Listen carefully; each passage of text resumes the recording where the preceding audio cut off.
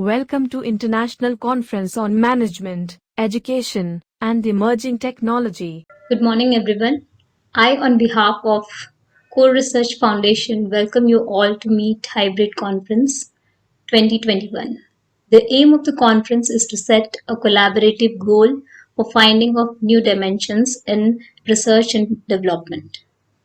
The progressive development around the globe has created an urge for awareness to latest trends and knowledge, and also advancements in these fields are occurring, has made it challenge for all professionals, such as academicians, students, aspiring researchers, and industry professionals, to keep up with these challenges. This convention is being organized with the intention of getting participants used to deal with those developments. We had received around 96 articles from all around the globe within a short span of time and selected around 30 quality articles to be presented in this hybrid conference. I once again thank you all for attending the MEET-21 and hope all of you are doing great from the comfort of your home and hopefully will enjoy this educational extravaganza. Thank you. I would like to welcome Dr. Imet Putrawan to deliver first keynote speech. Dr. Imet Putrawan has done his doctorate in education, graduated from IKIP Jakarta and State University of New York, USA. Further pursued MBA in HRM, Newport University, USA. Presently he is working on his research focusing on psychological capital.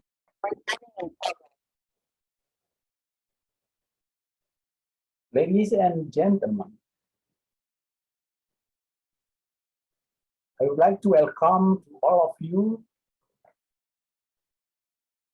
to the International Conference on Management, Education, and Emerging Technology here in Kuala Lumpur, which is going to be held from 8 until 9 December 2021. I'm very sorry for not coming to attend physically to come to the Kuala Lumpur due to COVID-19 pandemic. But anyway, I'm still with you for this occasion.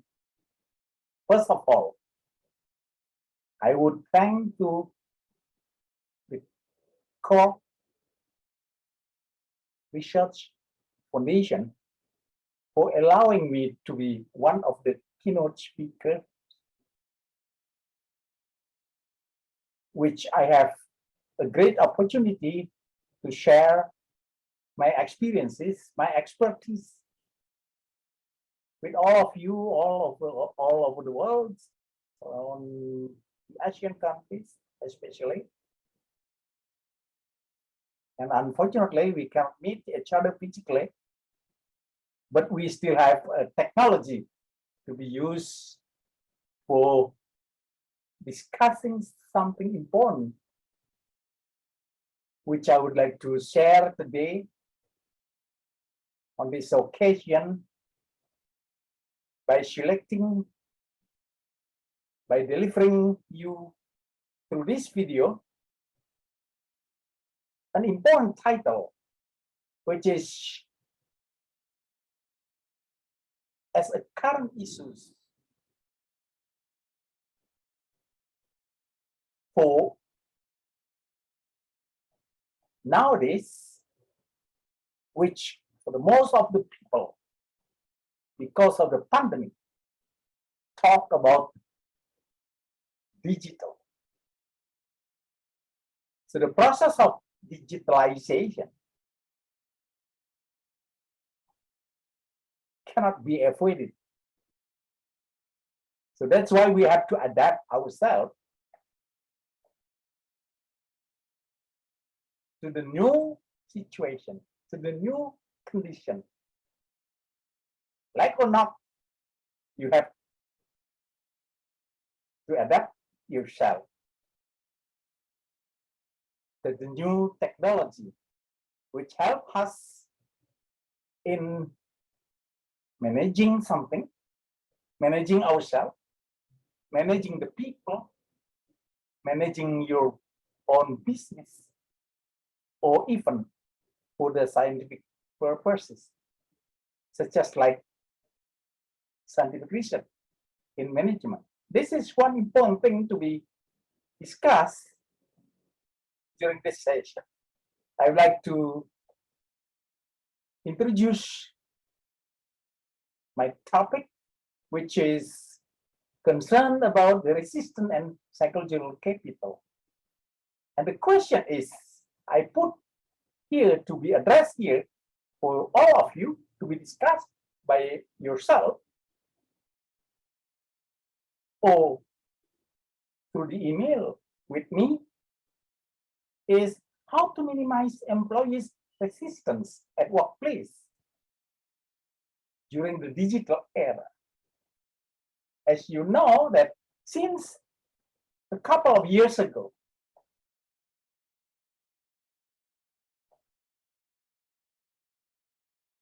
we have been forced to adapt ourselves for the new technology in any form of life, in daily life. For example, like as a consumer, we have to be familiar with how to reserve food, how to reserve a food by using online, which is uncommon during the before the pandemic, COVID-19 pandemic. So there's a consequence of this digitalization era, the digital era. Something like we have to adapt ourselves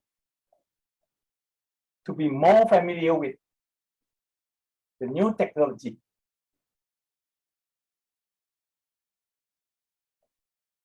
We cannot avoid it. So that's why we have to live at the new normal life, even in educational sector, in teaching and learning process, which is usually touched by the teacher just physically in front of us, touched by the professor, touched by lecturer at the university level. Physically, we can discuss face by face, but unfortunately, since the COVID-19 pandemic, we have to adapt ourselves into new era of digital, which we call digital learning. So that's why some of us psychologically perhaps do not want to change. That's what we call resistance to change.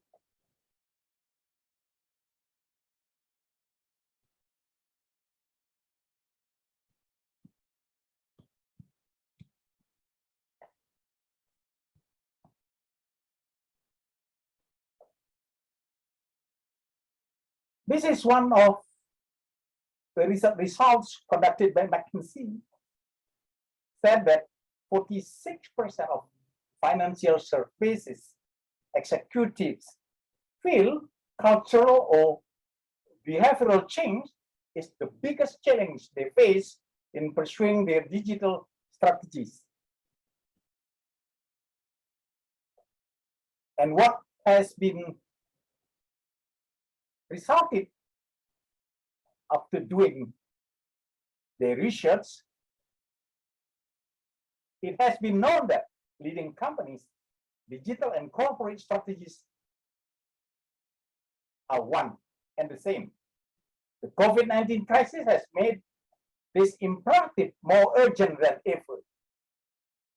While the alignment on overall strategy and strong leadership have long been markers of success during disruption or transformation. And then, on other occasions, the result found out that the digital adoption has taken a quantum leap at both the organizational and industrial level.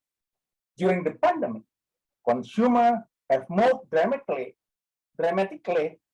toward online channels. So we have to know what kind of digital transformation is. How to define digital transformation? One of the resources said that digital transformation is the process of using digital technology to create new or modify existing business process, culture, and customers' experiences to meet changing business and market requirements. And another opportunity, digital transformation defined as the realignment of new investment in technology and business models to more effectively engage digital customers at every point in the customer experience life cycle. I mean, whatever the digital transformation has been defined by experts. So the most important question, do we want to adapt ourselves into the new era or not?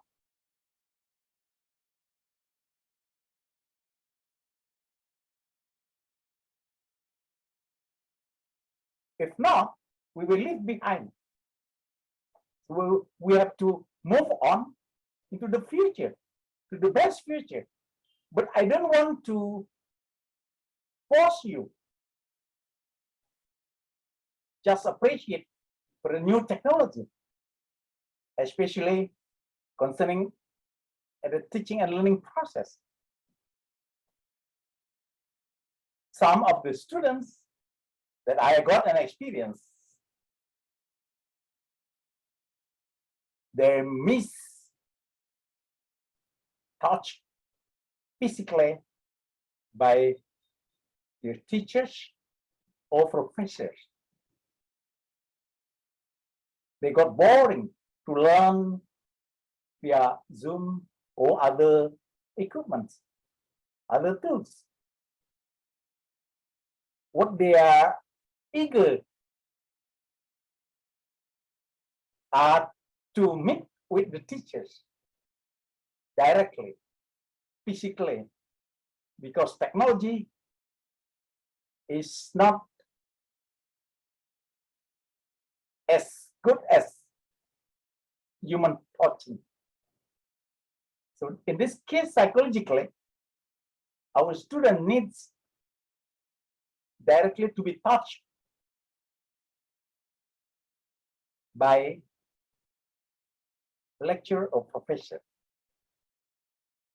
So that's why one of the delivering system, most importantly, used during the COVID-19 pandemic, called blended learning. It consisted of around 70% offline, and the rest is going to be delivered by online. That's a kind of hybrid strategy of teaching, much better than only precisely using the online. So let's back to the management process, because our theme during this conference is concerned with three things: management, education, and emerging technology. So I would like to combine three of them into one session during this occasion, I would like to talk about the management, especially concerned with the change management.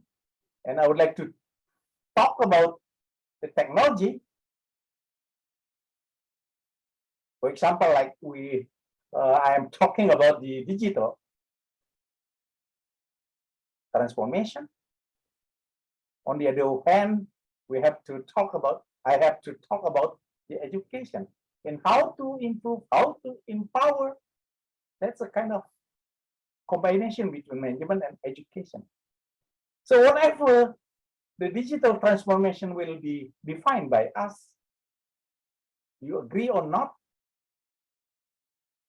but we have in common unusual faced by us in daily life. For example, like program to manage all multiple projects, new roles created, created, mobile application, new site, updated e-commerce engine, multiple rollout of new tools and system, unification of in-store and online experience, unification of web and mobile experience. There is common activities result from digital strategy that we are going to be familiar with. But there are 4 areas in digital transformation. We are talking about technology, dealing with the data and processing.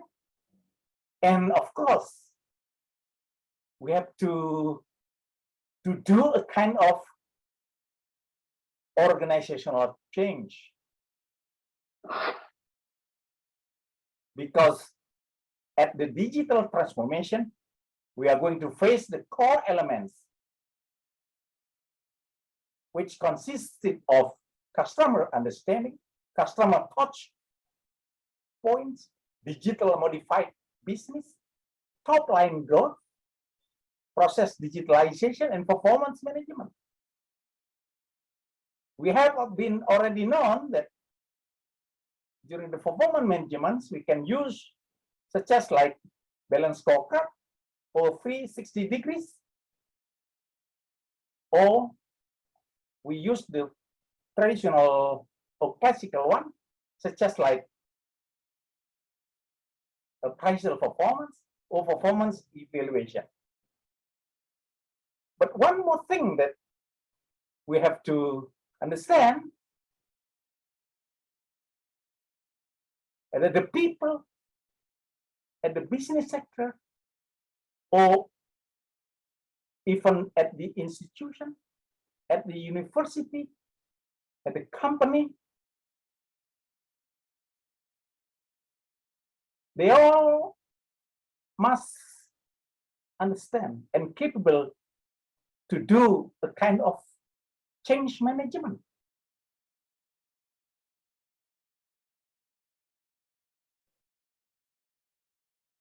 However,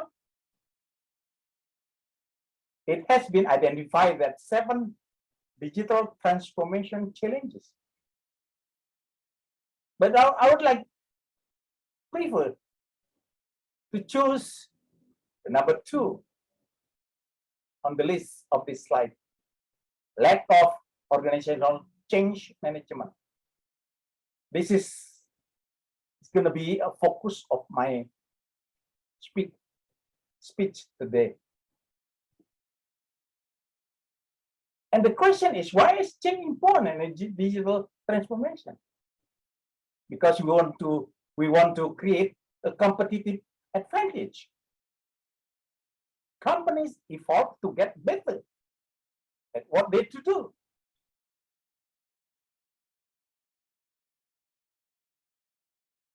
By allowing the process of change, the structure, change management might help companies spot opportunity to gain a competitive advantage through reduced cost, specialization, innovation, or increased quality of service.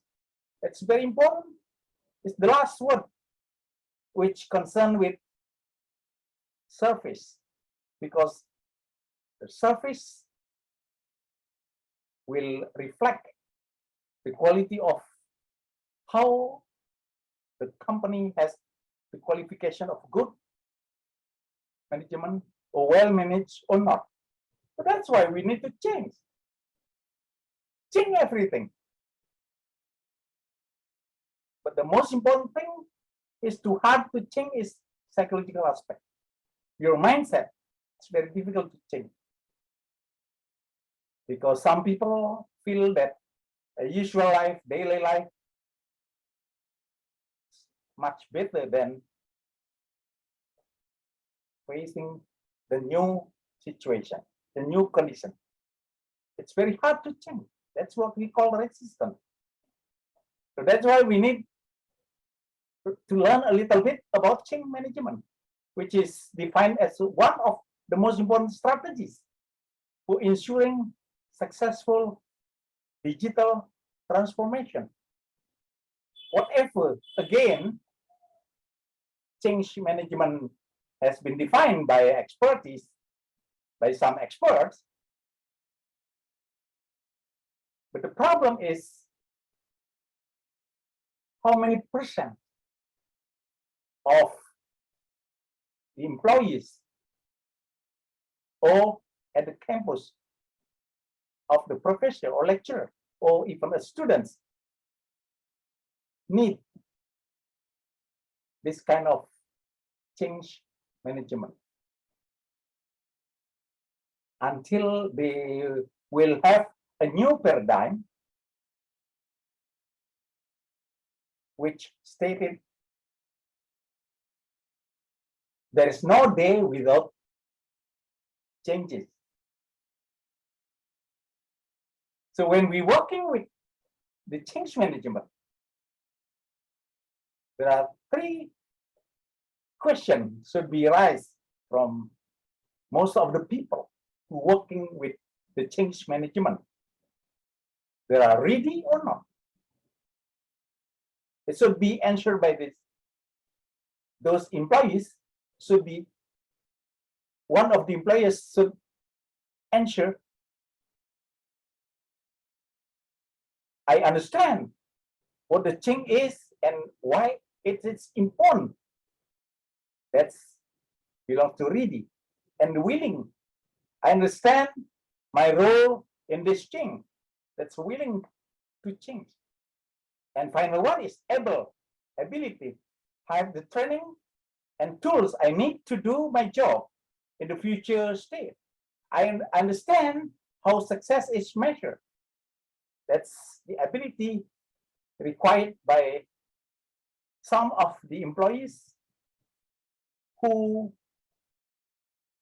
the companies belongs to them are progressing in doing change management.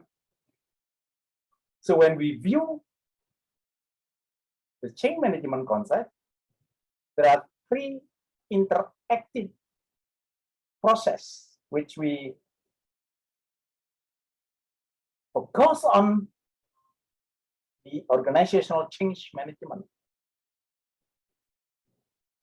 Because by doing organizational change management, involving also changing in any structure, including human people at the workplace, including employees, which is some of them psychologically do not want to be changed, do not want to involve in change management. So there are four kinds of response to change. When a company or corporation or even a campus, a university level or school want to carry out such kind of change. The first one is related to how individual attitude affect response to change.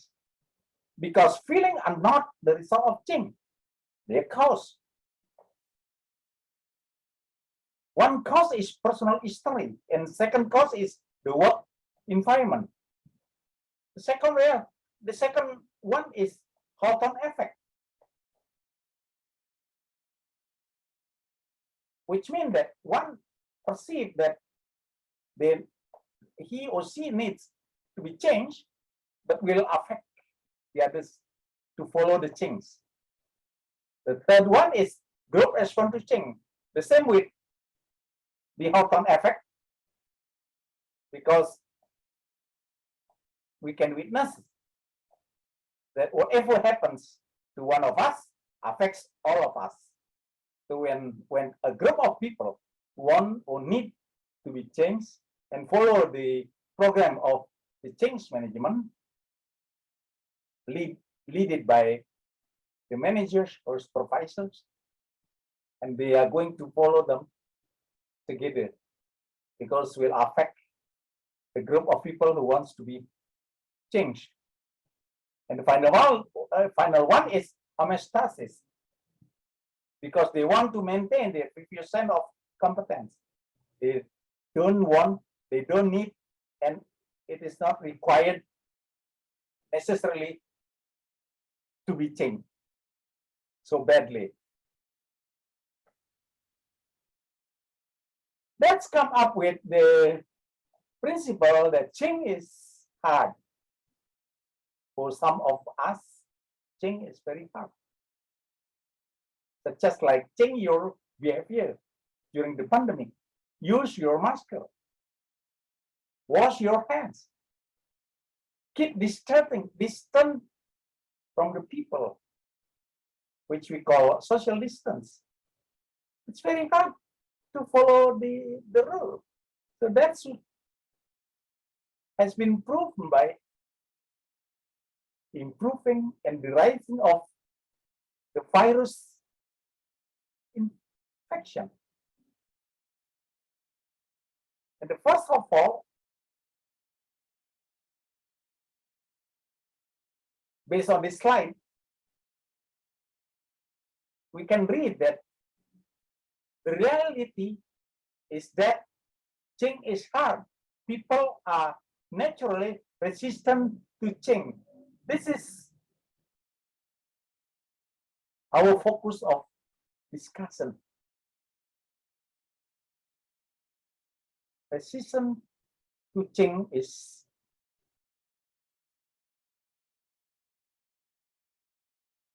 important to be discussed, because we have to eradicate something like we have to minimize a group of people who resist to change. In any organization, institution, or corporation, including company, the leaders or managers will face three groups of people. Usually, the first group is belongs to loyal people, loyal employee, commit employees. Another textbook, the other textbook called engagement group or internalization group. And the other one is at the middle position called complaint group. And the rest one, the third one, what we know as a resistant group. It's very hard to face them, because the leaders or managers, including school principal, try to minimize those people who resist to change. So that's why we have to know why those people are resist to change. Some of points have been tried to identify, such as like lack of trust, believe that change is not necessary, believe that change is not feasible, economic threats. For example, like some of the company is doing something like what we call downsizing. Some of the people who hold the position, a good position, will be feared by economic threats because they are going to be no longer at that position. So that's mean by economic threats. For example, like fear of personal failure, loss of status and power, and etc. There are three kinds of resistance of change among employees. But I would like to try to focus on what I'm going to tell you. What we are going to discuss today is type of resistance belongs to psychological or emotional attitude. So that's why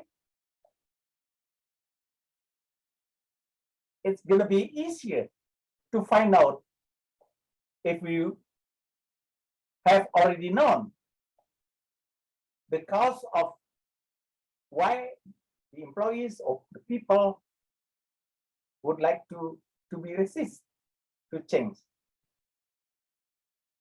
So there are several ways in how to minimize resistance to change, such as like improving our communication, enlightening, empowering by using the learning process, such as like learning organization, which I'm going to tell you later,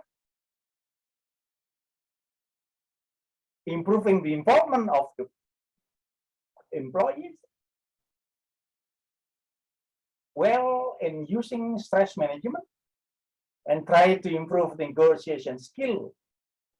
And final one is caution.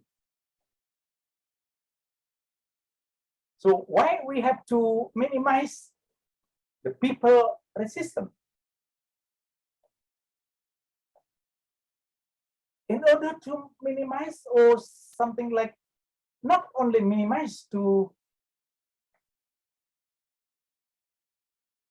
do with the people, but also try to eradicate the people from the anxious, the anxiety will disturb the productivity of the employees, including the student also, if they are very anxious and during the learning process, it will affect their achievement, particularly their academic achievement. So that's why we have to try to eradicate the anxiety of the people, at least to minimize the anxiety, make them happy. And how to make them happy? And why we try to make them happy? In order to not to be resist during the change. Moving from resistance of the group resistance, move into the loyal one, or at least the complaining one. As I told you before, there are three kinds of groups will be faced by any manager, any leaders, any supervisors, which belong to their staff or their followers or subordinates. So make them happy. Why do we need make them happy?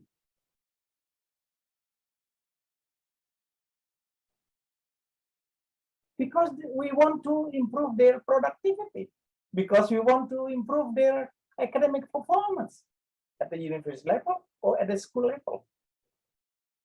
For the employee, less anxiety and more happier, it would be better to achieve the profit by improving their productivity. Will be reflected by performance. So that's why we have to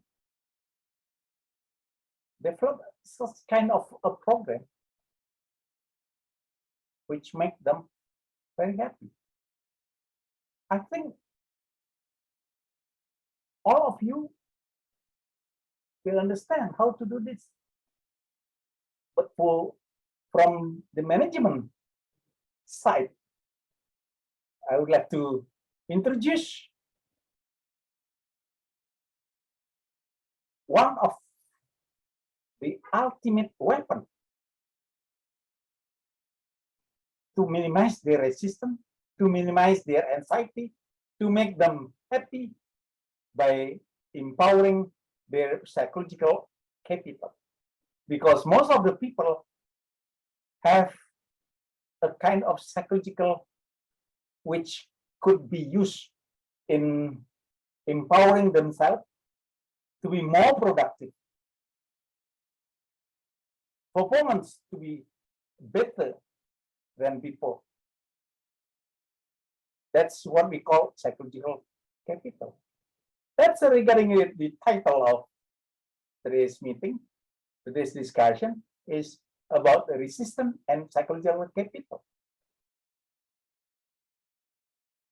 But of course, there is another objective to use psychological capital, not only to make employees to be happier, but also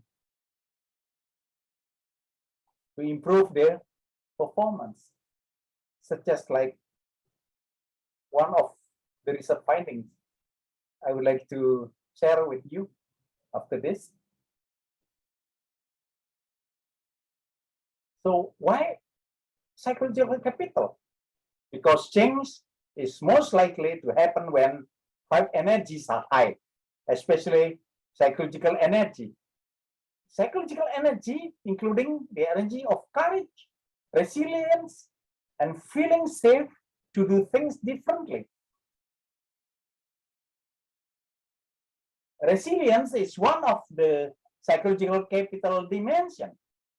That's why I'm interested in talking about psychological capital in this case, because change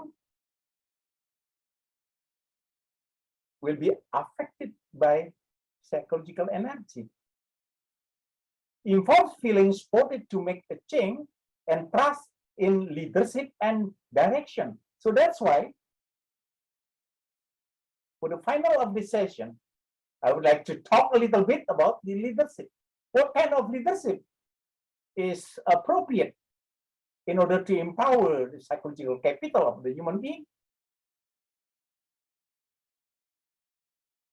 That's what we call authentic leadership. This is 4 dimensions of psychological capital, ladies and gentlemen.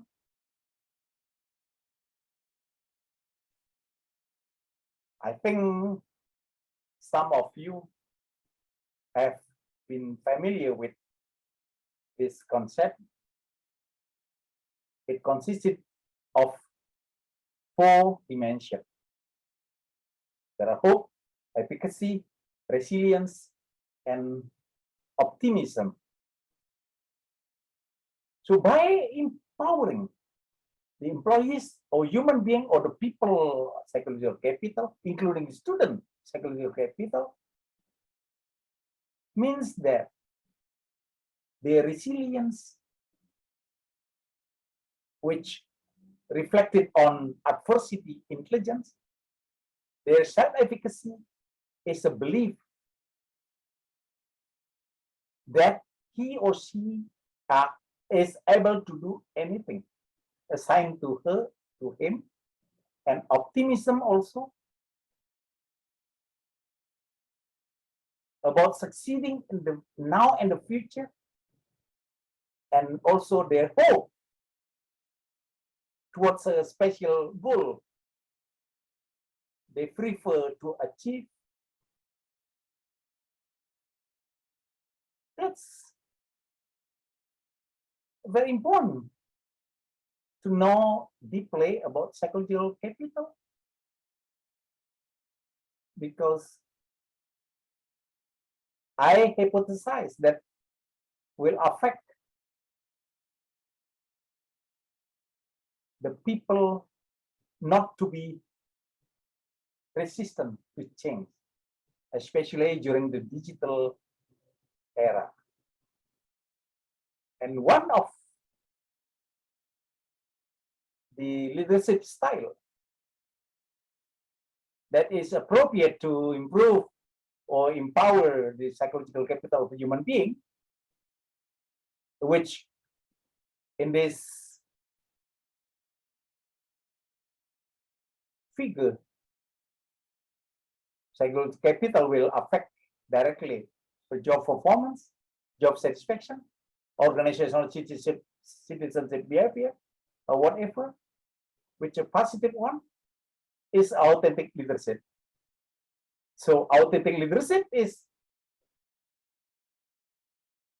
appropriate because they have 4 components: self-awareness, know themselves, and transparency in relationship, and also balance processing, and also internalize moral perspective, do the right thing, which is combined between among 4 of these dimensions will reflect the authentic leadership. But I would like to be interested in the first component of the authentic leadership is self-awareness. Anybody that never been able to manage themselves will have difficulty in managing others.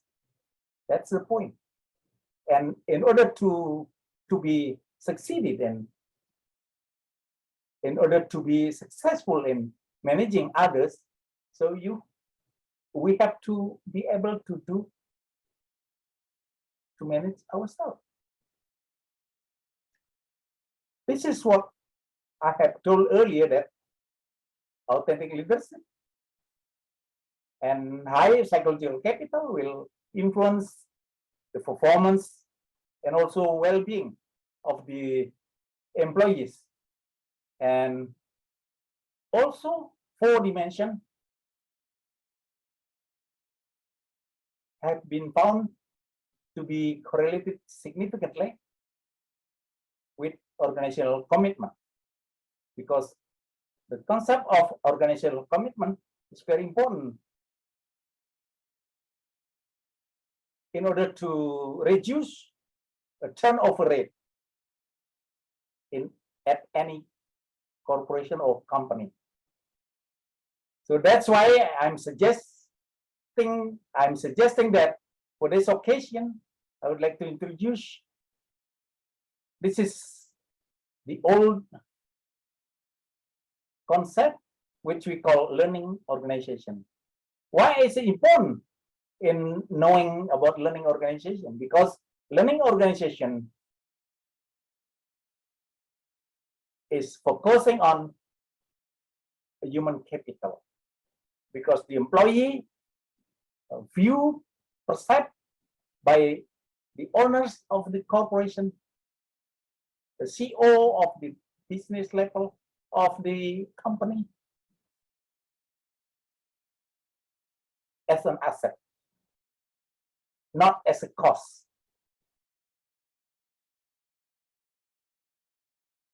In trying to empower the psychological capital of the employees, including also of the students. So the school or company or corporation or institution, whatever, will focus on learning organization, which is the most important, will be influenced by the leadership.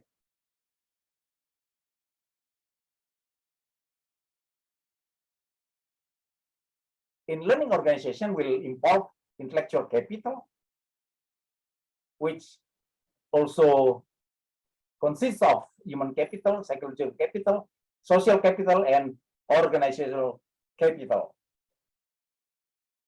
So that's why most of the company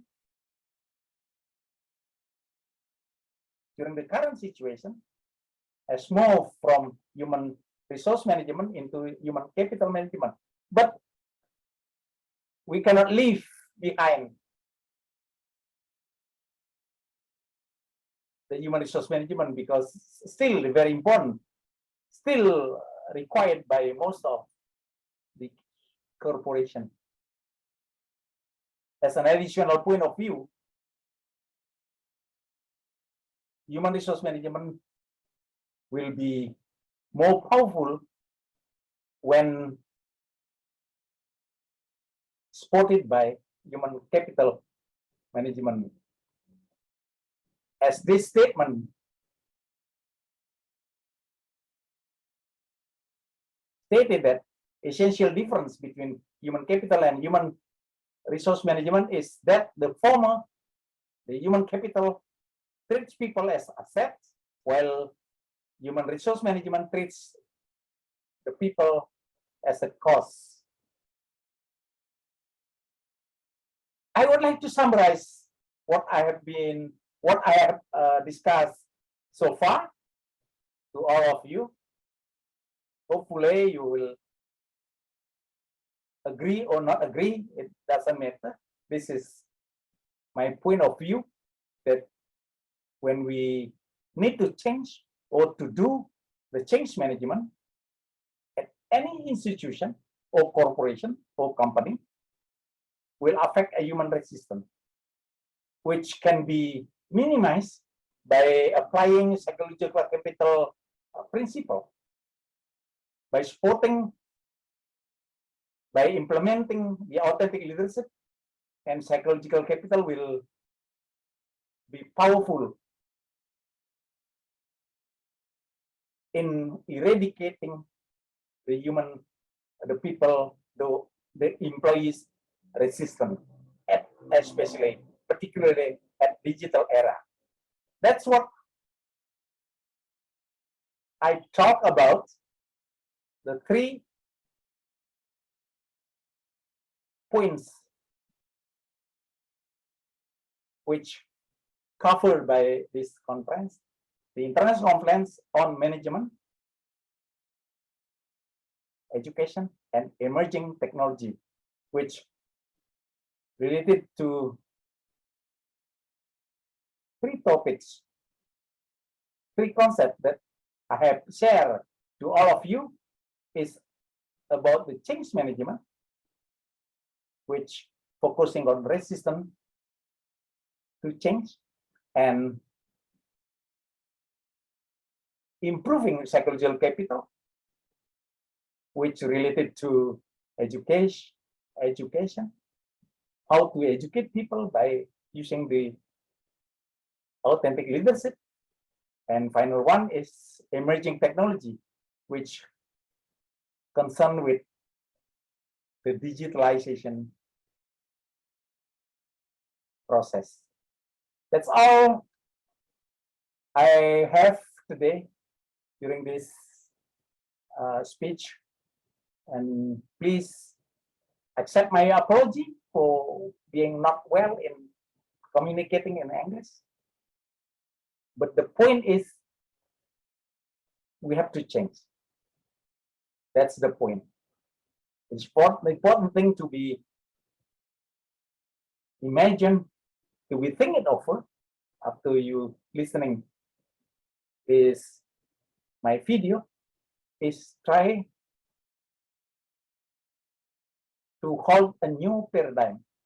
There is no day, there is not a single day not to change. So thank you very much for your attention, and hopefully you will be successful in participating this conference.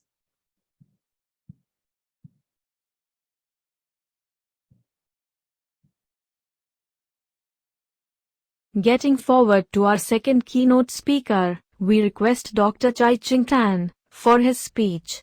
He had done his Doctor of Business Administration from Southern Cross University, Australia, and Master in Advanced Business Management Practices from University of South Australia. Also Master and Bachelor in Mechanical Engineering from University of Wisconsin-Milwaukee, Wisconsin, USA. Presently he is working in Ratanakosin International College of Creative Entrepreneurship at Rajamangala University of Technology. A very good days to everyone to this 2 days international conference 8 to 9 in Kuala Lumpur. I would share with you my research relating to the topics of this international conference, the themes of the international conference: education, management, it's about tourism management, and also the emerging technologies, which I would use neural network simulations to help us understand the tourist behaviors and proceeding to structural equations modeling. I choose Guizhou rural tourism because it is it is a very important tourism area. It's particularly the rural tourism. It is ethnic cities. It has a lot of ethnic groups, and most important are the Miao village, Miao ethnicities, and rural community tourisms basically in these areas are relatively unknown. And so it is my effort to help the Chinese institutions and governments to understand how the tourists think in relating to the rural tourism. And so I choose 3 destinations. I try to be as quick as possible. I choose 3 destinations because, as you know, that to study rural tourism and tourism, it is not easy, not straightforward. It is easy, but it is not straightforward because each of the destination is different. So it is very important that we first have to identify this tourist destination, and it is choosing it. It's part of like design thinking that we have to really empathetically listen to the voices of the tourists, and from that perspective, then we can better understand their point of views, and our research would be more usable for the entrepreneurs, for the communities in those areas. So there are 3 destinations that I choose. One of those is this South Singstone village, and I would demonstrate to you how I can empathetically understand the voices of the tourists from using the ethnographic observations, meaning that I going into one of the very, very successful and popular app destination, the tourist destinations app in China, and I look into how the tourist opinions, the opinions and the feelings and the attitudes and perceptions, and including the behaviors that they write about it and left on the applications. And these are the application. These are the ethnicity.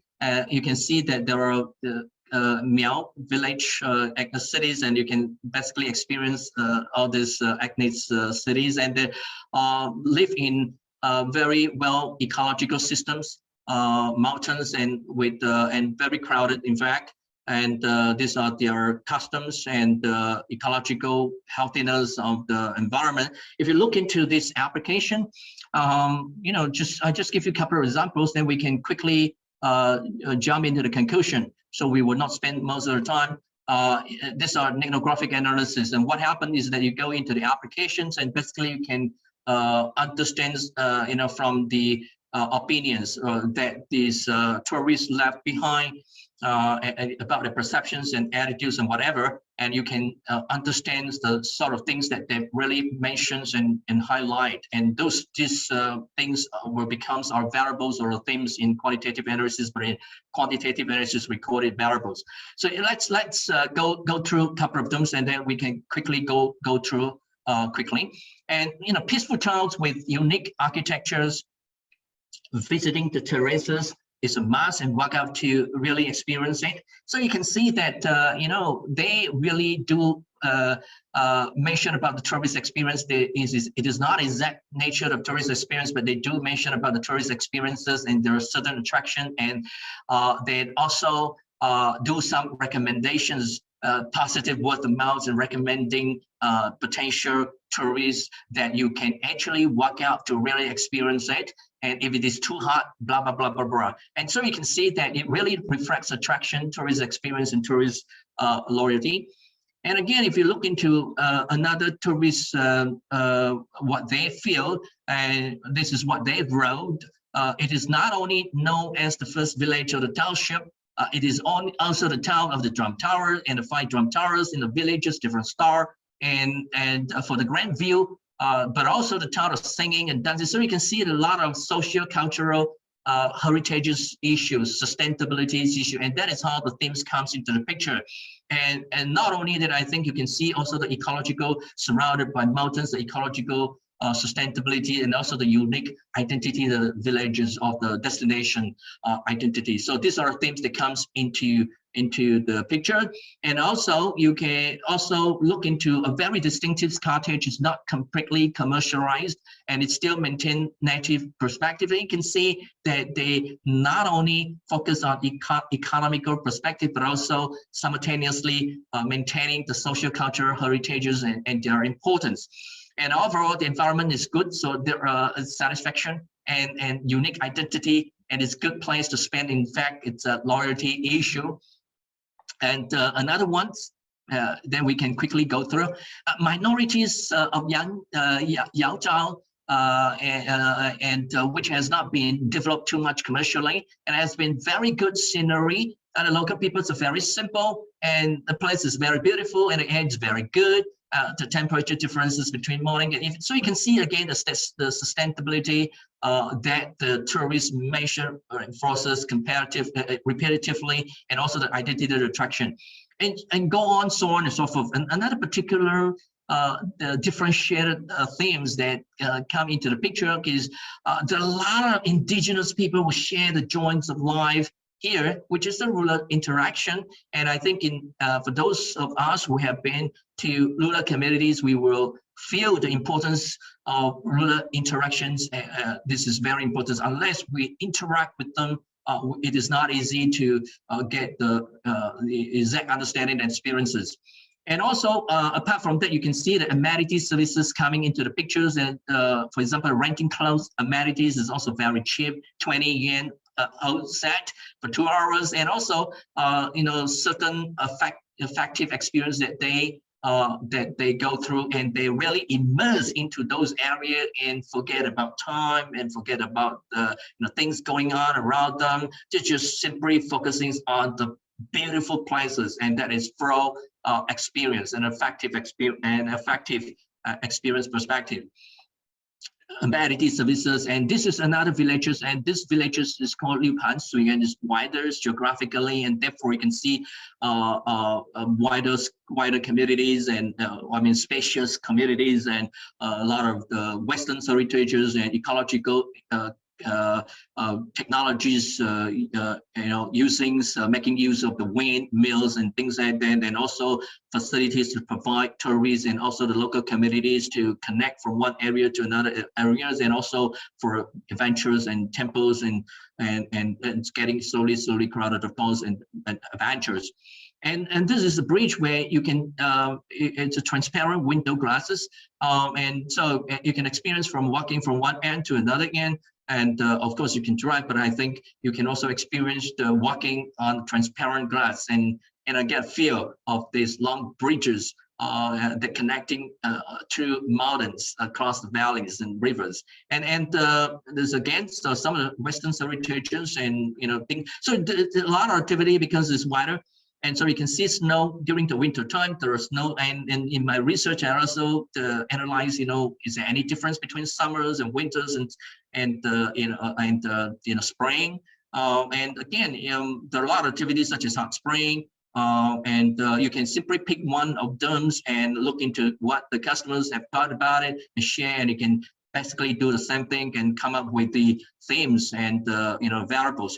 For example, the ancient town was built in the 10 years of Xiangzhen and has been around for more than 280 years, and it is called Lotus City because it floats like a lotus leaf on a surface on a water surface, and ancient town is built around the themes of cultures and landscape. So you can see sustainability in the social cultural issue and so on and so forth, and a certain queer identity in the destination. And again, you can also expose to tourist experiences and amenity services in hot spring, such as amenity services where you can use the pools for healthy purposes and so on and so forth.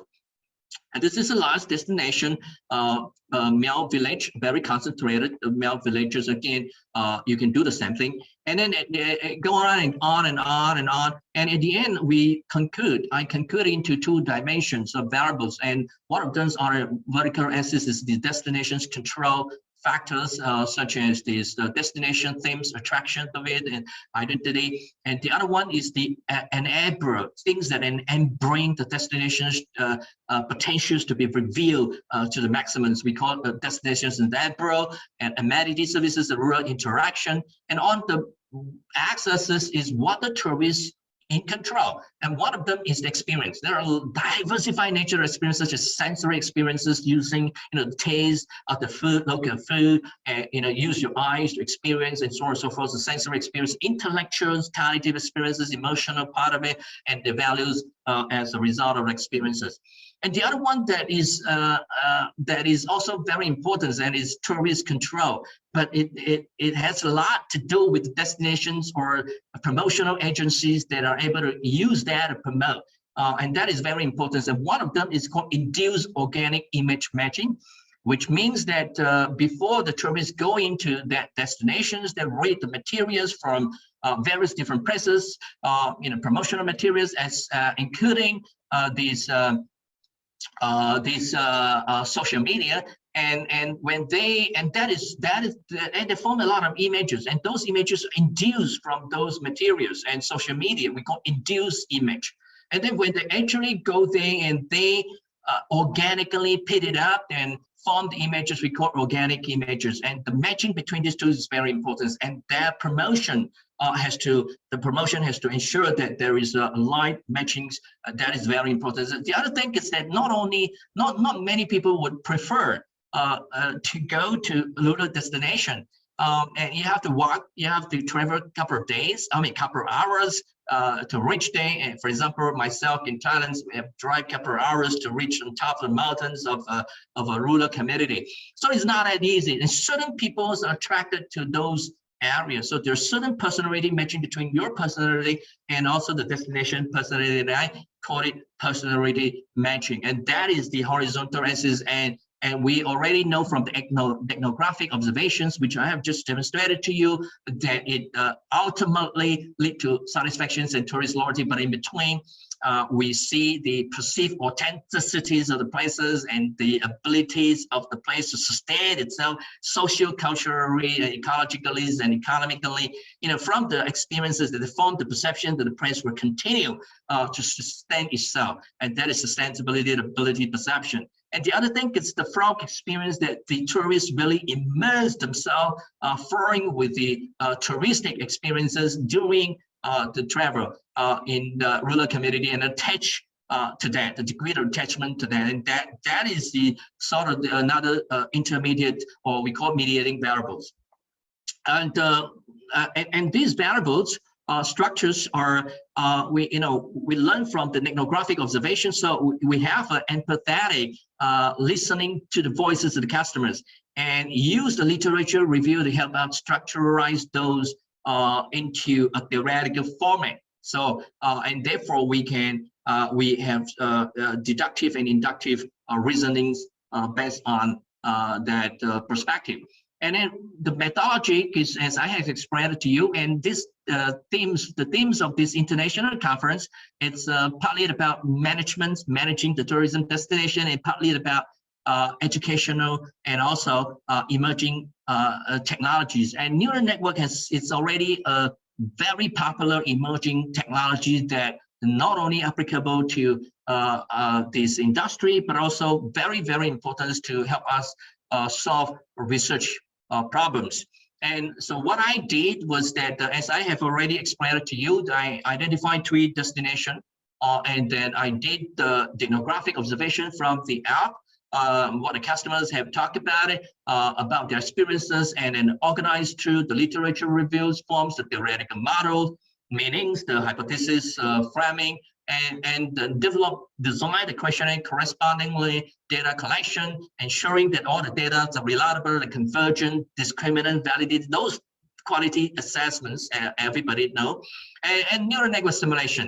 When we in the neural network simulation, I will try to simulate, identify which of the factors that most importantly that can influence tourist loyalty level, and that is the neural network. And based on the ranking, I am able to use those ranking to help me run the TOPSIS optimizations to help me rank the 3 destinations, which one and to what degree there are different, okay, and the ranking. And structured equations modeling. In fact, we can use neural network to help us structuralize the equation of the the SEM, and or we can use neural networks to provide very similar conclusion that SEMs can do. So either way, you can make use of neural network and hypothesis testings and end results and discussions, which I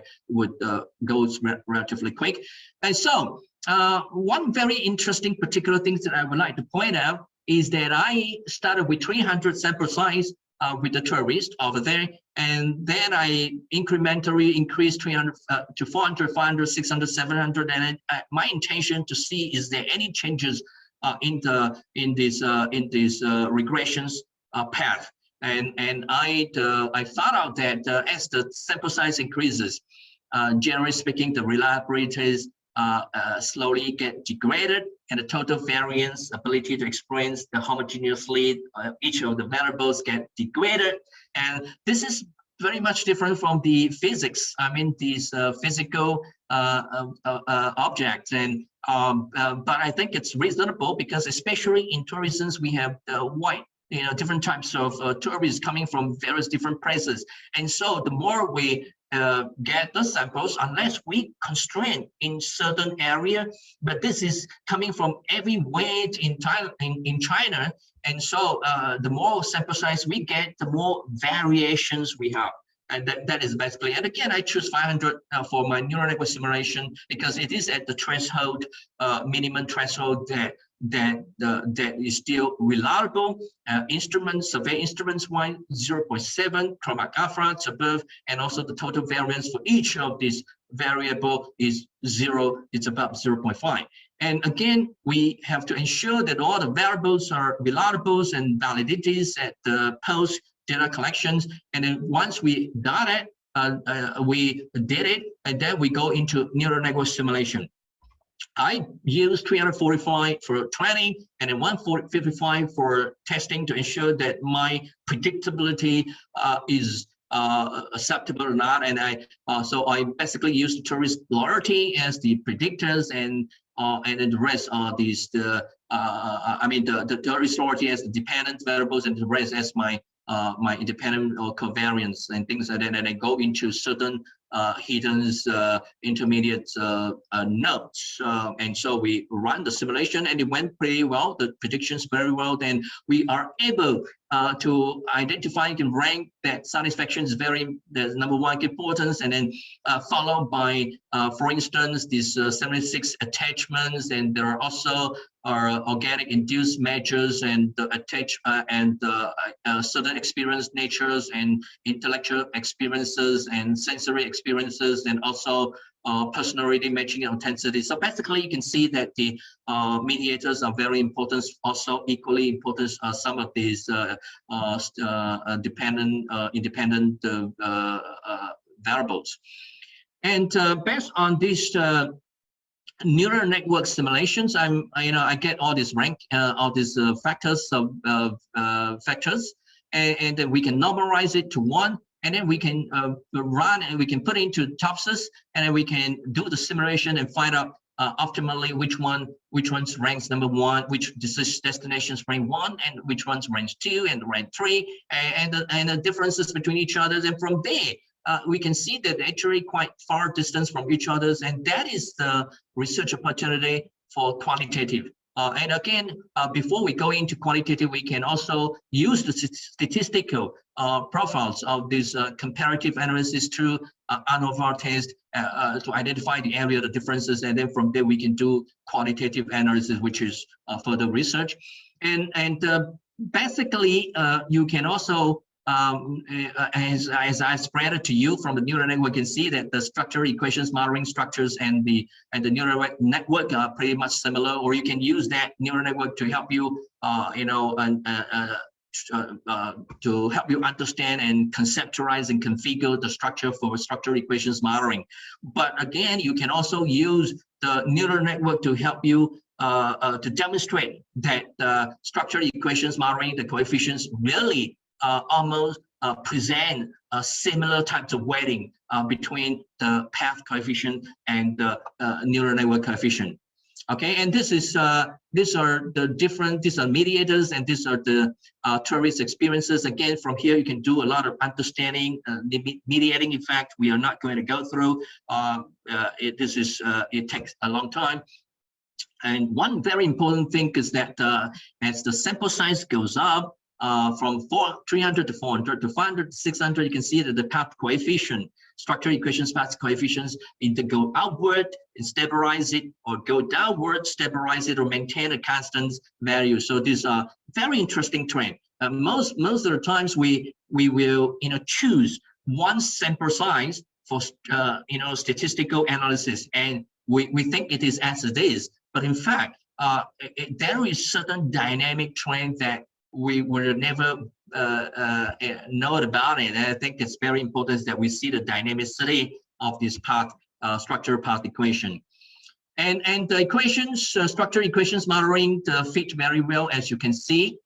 There from the P insignificance, from the chi-square livelihood, and also this incremental fits very well, and Rubin square errors are very well. So it's a very good model. And this is some of the pictorial understanding. I give you a pictorial pictures to see that something goes up and another thing goes up. So again, sensory experience goes up, average service goes up, and we have 5 Likert scales, so you can see the maximum is fine. And so the other thing is that when we did the comparative analysis, for instance, I would jump and find out that those tourists who spend 3 days or more, they generally have more favorable perceptions and attitude towards the rural community tourism experiences. And that is very interesting, and it's very important for the rural community and for the government, in the policymakers, and also the tourists. If you really want to experience well, it is very important that you spend at least 3 days. And that means that the rural communities has to make sure that they are able to package 3 days of activities. Slowly let them enjoy, because different days, the first day gets rushing, and the second day maybe they get to more relaxed, and so they can enjoy various different pieces of experiences, night scenery, the culture, the lifestyle, livelihood, and so on and so forth. And it's very, very important. And those who travel frequently and also travel not frequently, the certain differences in certain variables, but not most of the variables. But there are some of the important variables. Those who travel frequently usually has better perception. And this is the final page that I would explain. You can see this is the complexity, the structure equations modeling. The table that I show you are more easier understandable presentation. And from here, we can really slow down and do a lot of analysis. There are a lot of implications we can do, practical implications we can do, theoretical implications we can do, and we can link to literature review and understand, what happens and why the mediations are important and so on and so forth. So we're not going to go through that, but I just demonstrate to you that there are areas in our paper writing that we can focus on that. But very interesting thing that practically that I think from this research is that, well, number one, the nature of experiences are very important. And so when we go into the rural communities, I think we have to ensure a diversity assortments of experiences. So touching the sensory part, intellectual part, so that it forms memory, cognitive memory, digested memory, filters memory, cognitively digested, refracted memory, emotional feelings and value of it. It could be, seeing a different thing. It could be seeing the sustainability value, educational value of it. And also it's very important that the authenticities and the ability of the ruler to sustain itself economically, ecologically, socio-culturally, and also the flow experience that they immerse themselves. So it is not easy. If you want, if you spend 3 days, if you want them to immerse 3 days fully, or it's not straightforward, and you have to do a lot of integrative tourism and hospitality services, design, novelistic design, and interactive engagement, and so on and so forth. So it is not a straightforward, but I think it's very, very important. At the end of the day, you also need to get them into certain attachment that attach to your rural community, and that contributes to rural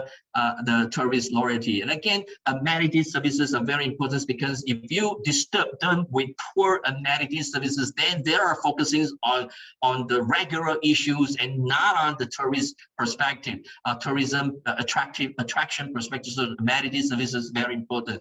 And then the attractions, of course, identities and rural community. You gotta have interaction, so the more you interact with the rural ethnicity, the peoples there, then you get to understand their cultures, you understand their lifestyle, their livelihood, and the food that they taste, and so on and so forth. And do not forget about personality matching, and do not forget about honesties and responsible marketing. And if you go into marketing, we are being taught by professors, gurus of marketing, such as Marketing 5.0. Social responsibility is very important. Responsible marketing, induced organic value matching is very important. And this concludes. Coming forward to our next keynote speaker, Dr. Jackie Domondo Arusha. Dr. Arusha is a professor at Department of Mathematics and Statistics, College of Science, Polytechnic University of the Philippines. He did Master in Mathematics Education and Doctor of Philosophy in Mathematics. Also, he is serving as the Director of the Research Management Office under the Office of the Vice President for Research, Extension, Planning, and Development, Polytechnic University of the Philippines. Good morning and welcome to the International Conference on Management, Education, and Emerging Technology. Today, I will discuss about the Gray model and its application in forecasting. Gray model prediction has 3 basic operations. The first operation is what we call the accumulated generating operator, or AGO, followed by inverse accumulating operator, or IAGO, and the Gray model. The steps of Gray prediction are actually shown in the paper of Kazemi in 2011. Gray forecast can be used to predict behavior of nonlinear time series. This is a non-statistical forecasting method that is particularly effective when the number of observations is insufficient. Let us define the observed time series as x of 1, x of 2, x of 3, up to x of n, where n is the number of observation. Equation 1 is actually the original time sequence with n sample in time point, no? And that is expressed as x of 1, x of 2, up to x of n. There is a time variable coefficient in which the model will be updated into new data for model prediction, or so-called accumulated generating operation, or AGO. The original data in equation 1 is then arranged into a new sequence that is denoted by x of k under 1, where k is equal to 1, 2, 3, up to n. Through one-time accumulated generating operation, or 1 IAGO, that is given by x of k under 1, whose sequence are actually denoted by x of 1 under 1, x of 2 under 1, x of 3 under 1, and x of n under 1. This is denoted by equation 2, where the x of 1 under 1 is actually the same as the x of 1 under 0. And the x of k under 1 is the summation of x of I under 0 from I is equal to 1 up to k, where k is equal to 1, 2, 3, up to n.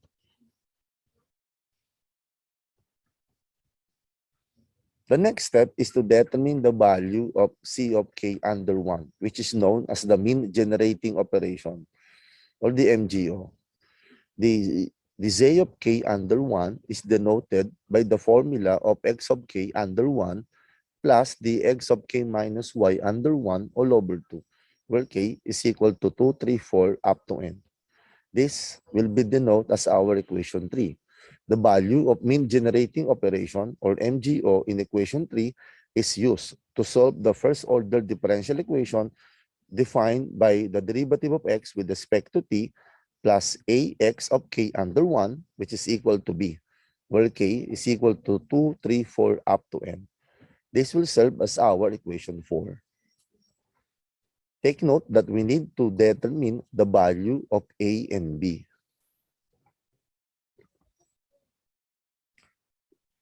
A is a developing coefficient and B is a gray input. By using the method of least square, the parameter A and B can be obtained as follows. We have the given A and B transpose, which is equal to the inverse of B transpose multiplied by B multiplied by the B transpose times Y. This is our equation 5, where B is actually the matrix of Z of 2 under 1, Z of 3 under 1, so forth and so on, up to the last observation. The values of Z's are denoted by the negative sign. And the second column is actually denoted by 1. And Y are actually the sequence of x of 2 under 0, x of 3 under 0, x of 4 under 0, up to x of n under 0. After determining the values of A and B, the solution of x of k under 1 of equation 4 can be obtained as follows. So we have the x of k under 1 is equal to x of 1 under 0 minus b over a multiplied by e raised to negative ak plus b over a. So this is now our equation 6.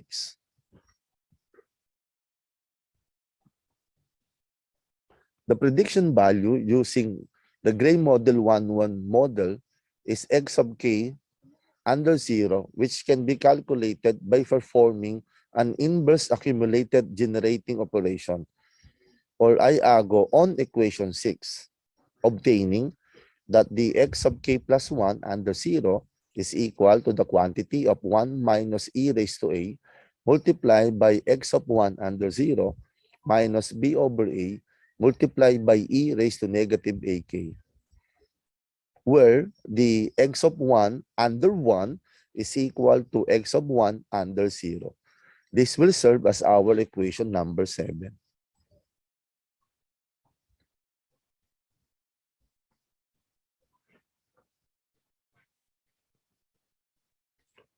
Let us try to consider some data sequence of a round SCAD. So these are the first observation up to the last observation, which is actually the denoted of x under 0. The original data in equation 1 is then arranged into a new sequence, x of k under 1, where k is equal to 1, 2, 3 up to n, through one-time accumulated generating operation, or IAGO, given by the x of k under 1, can be written as the x of 1 under 1, x of 2 under 1 up to x of n under 1, where the x of 1 under 1 is equal to the x of 1 under 0. And take note that the x of k under 1 is actually the summation of x of I under 0, where I is equal to 1 up to k, and k is equal to 1, 2, 3 up to n. So x under 1 is obtained by one-time accumulated generating operation, or IAGO. So this is now our generated data. The observation under 1 is denoted by this.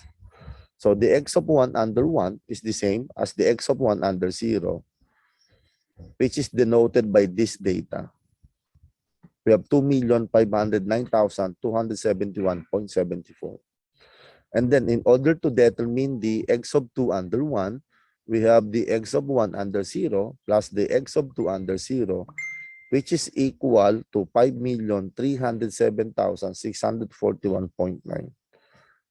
Do this successively until you get the value of x sub 35 under 1, which is equivalent to x sub 34 under 0 plus the x sub 35 under 0, which is equal to 82,216,279.78. This is just an example on how to compute the gray prediction.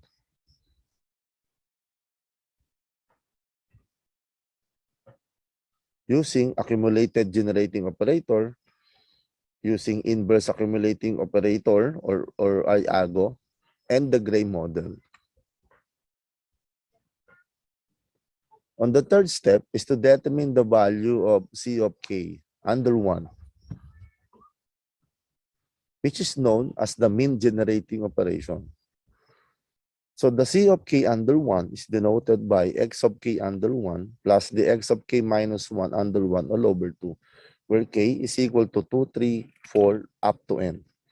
And the C sub k under 1 is denoted by x of k under 1 plus the x of k minus 1 under 1 all over 2, where k is also equal to 2, 3 up to n. So doing this operation, the value of C of 2 under 1 is negative 5,307,641.9 plus the 2,509,271.24 all over 2. That is equivalent to negative 3,908,456.57. Same procedure with C of 3. The C of 3 under 1 is denoted by this figure. We have 7,765,889.74 plus 5,307,641.9 all over 2. And that is equal to negative 6,536,765.82. So do it up to the last value, which is Z of 35 under 1. We have 82,216,279.78 plus 80,297,564.47 all over 2, which is equal to negative 81,256,922.125. The value of MGO in equation 3 is used to solve the first order differential equation defined under equation 4, which is the derivative of x with respect to t plus ax of k under 1, which is equal to b, where k is equal to 2, 3, 4 up to n. Take note, A is a developing coefficient and B is a gray input. By using the method of least square, the parameters of A and B can be obtained by equation 5, as we discussed earlier. This is actually the transpose of A and B, which is equal to the inverse of B transpose times B multiplied by the transpose of B multiplied by Y, where B is denoted by these matrices and Y are actually the observation.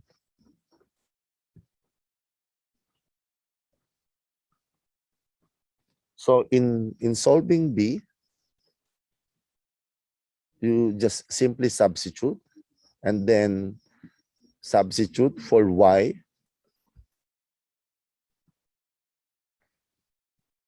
Determine the value of the inverse of B transpose and B.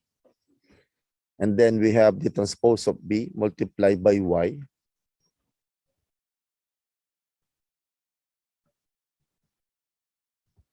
So the inverse of B transpose times B times the transpose of B times Y of n is actually equal to this matrix.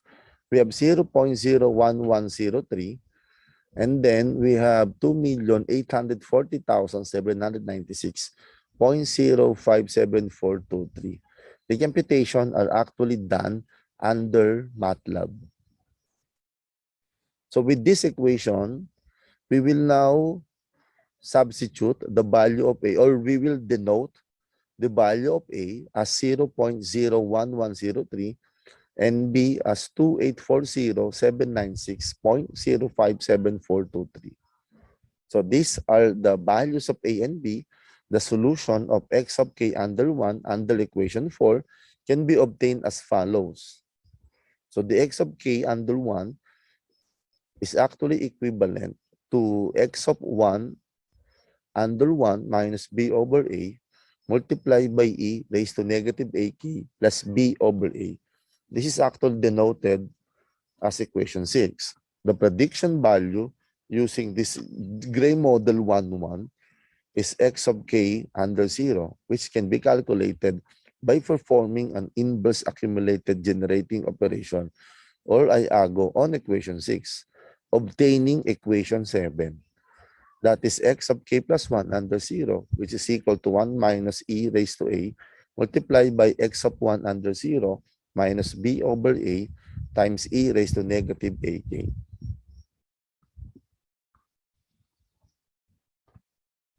So by substitution, using direct substitution, since the x of 1 under 0 is actually the same as the x of 1, we need to determine the value of x of 2 under 0 up to x of 35 under 0. So as you can see on the screen, by using direct substitution, we can get the value of x of 2 under 0. We have the x of 3 under 0, and then the x of 4 under 0 up to x of 35 under 0.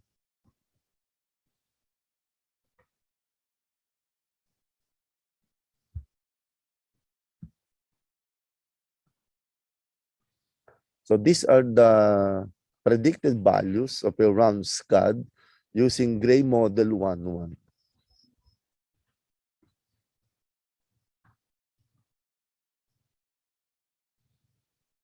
So we have the actual first observation denoted by 2,509,271.24. And then the second observation is we have 2,798,370.66. And the calculated value under gray model 1-1 is 2,797,669.558. And then the third observation is 2,458,247.84.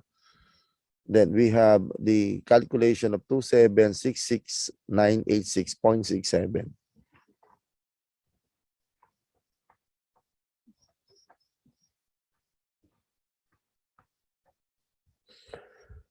And then we have another observation. We have 2458247.84.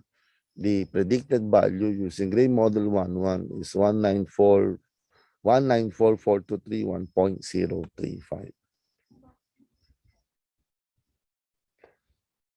You can actually determine the forecasting accuracy by using the MAPE, or you can use the mean absolute error. You can also use the root mean square error, or even the normalized mean square error.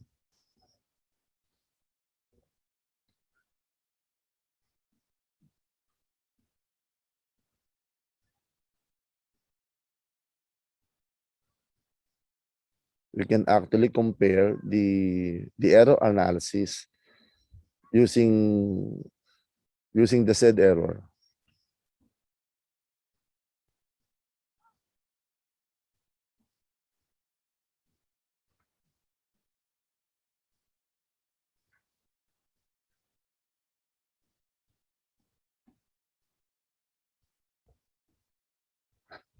This gray model 11 can actually use to predict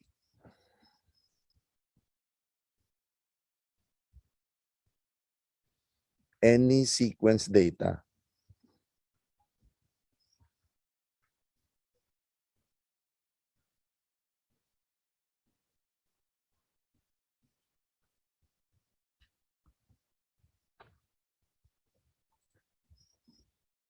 Thank you so much for listening.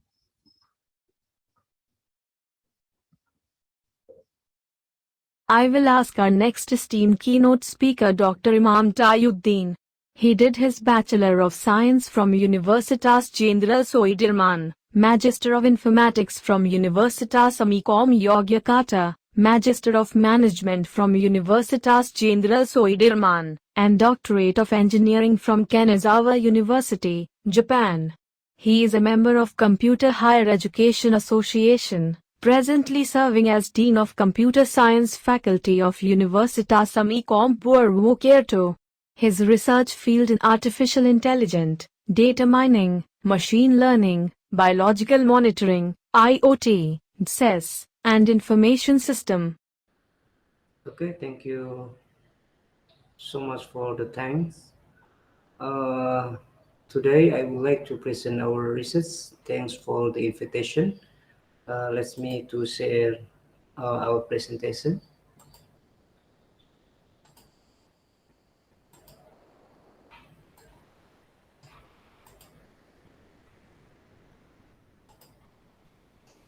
Okay, in this occasion, I would like to present about the IoT solution in the pandemic era. Me and teams, thanks for the invitation in the International Conference on Management Education and Emerging Technology 2021. Okay, this my biography. I graduated the Bachelor of Science from the Universitas Jenderal Sudirman, and also I finished my master program in the informatics from Universitas Amikom Yogyakarta, and also I continue the Magister of Management from Universitas Jenderal Sudirman, and I obtained a Doctor of Engineering degree from Kanazawa University, Japan. I'm a member of Computer Higher Education Association of Telekom Indonesia, and also a member of Induced, and also the Secretary of Central Java Chapter. I have been a lecturer since 2009, and now I'm a Dean of Computer Science Faculty in Universitas Amikom Purwokerto. And then my research fields is in artificial intelligence, data mining, machine learning, biological monitoring, IoT, DSS, and information system. I have published more than 20 scientific articles in Scopus Index, and also I have one patent, and I have more than 5 copyright of software and has published more than 10 scientific books.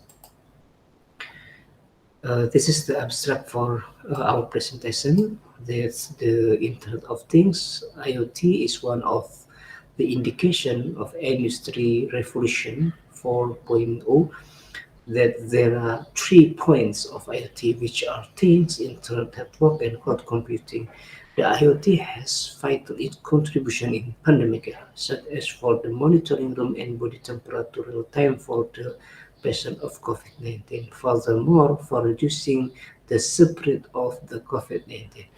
And this presentation will perform both of IoT solution in pandemic era, thus implementation using some algorithms from statistic models such as SARIMA, and also from deep learning algorithm, which is less time model. The first implementation is using biotopotential plants, that the biotopotential is generated from ions in plant cells, where the potential energy changes due to the physiological activities of plants. Potential that plants produce low electrical signal due to the plant's activities such as photosynthesis and respiration.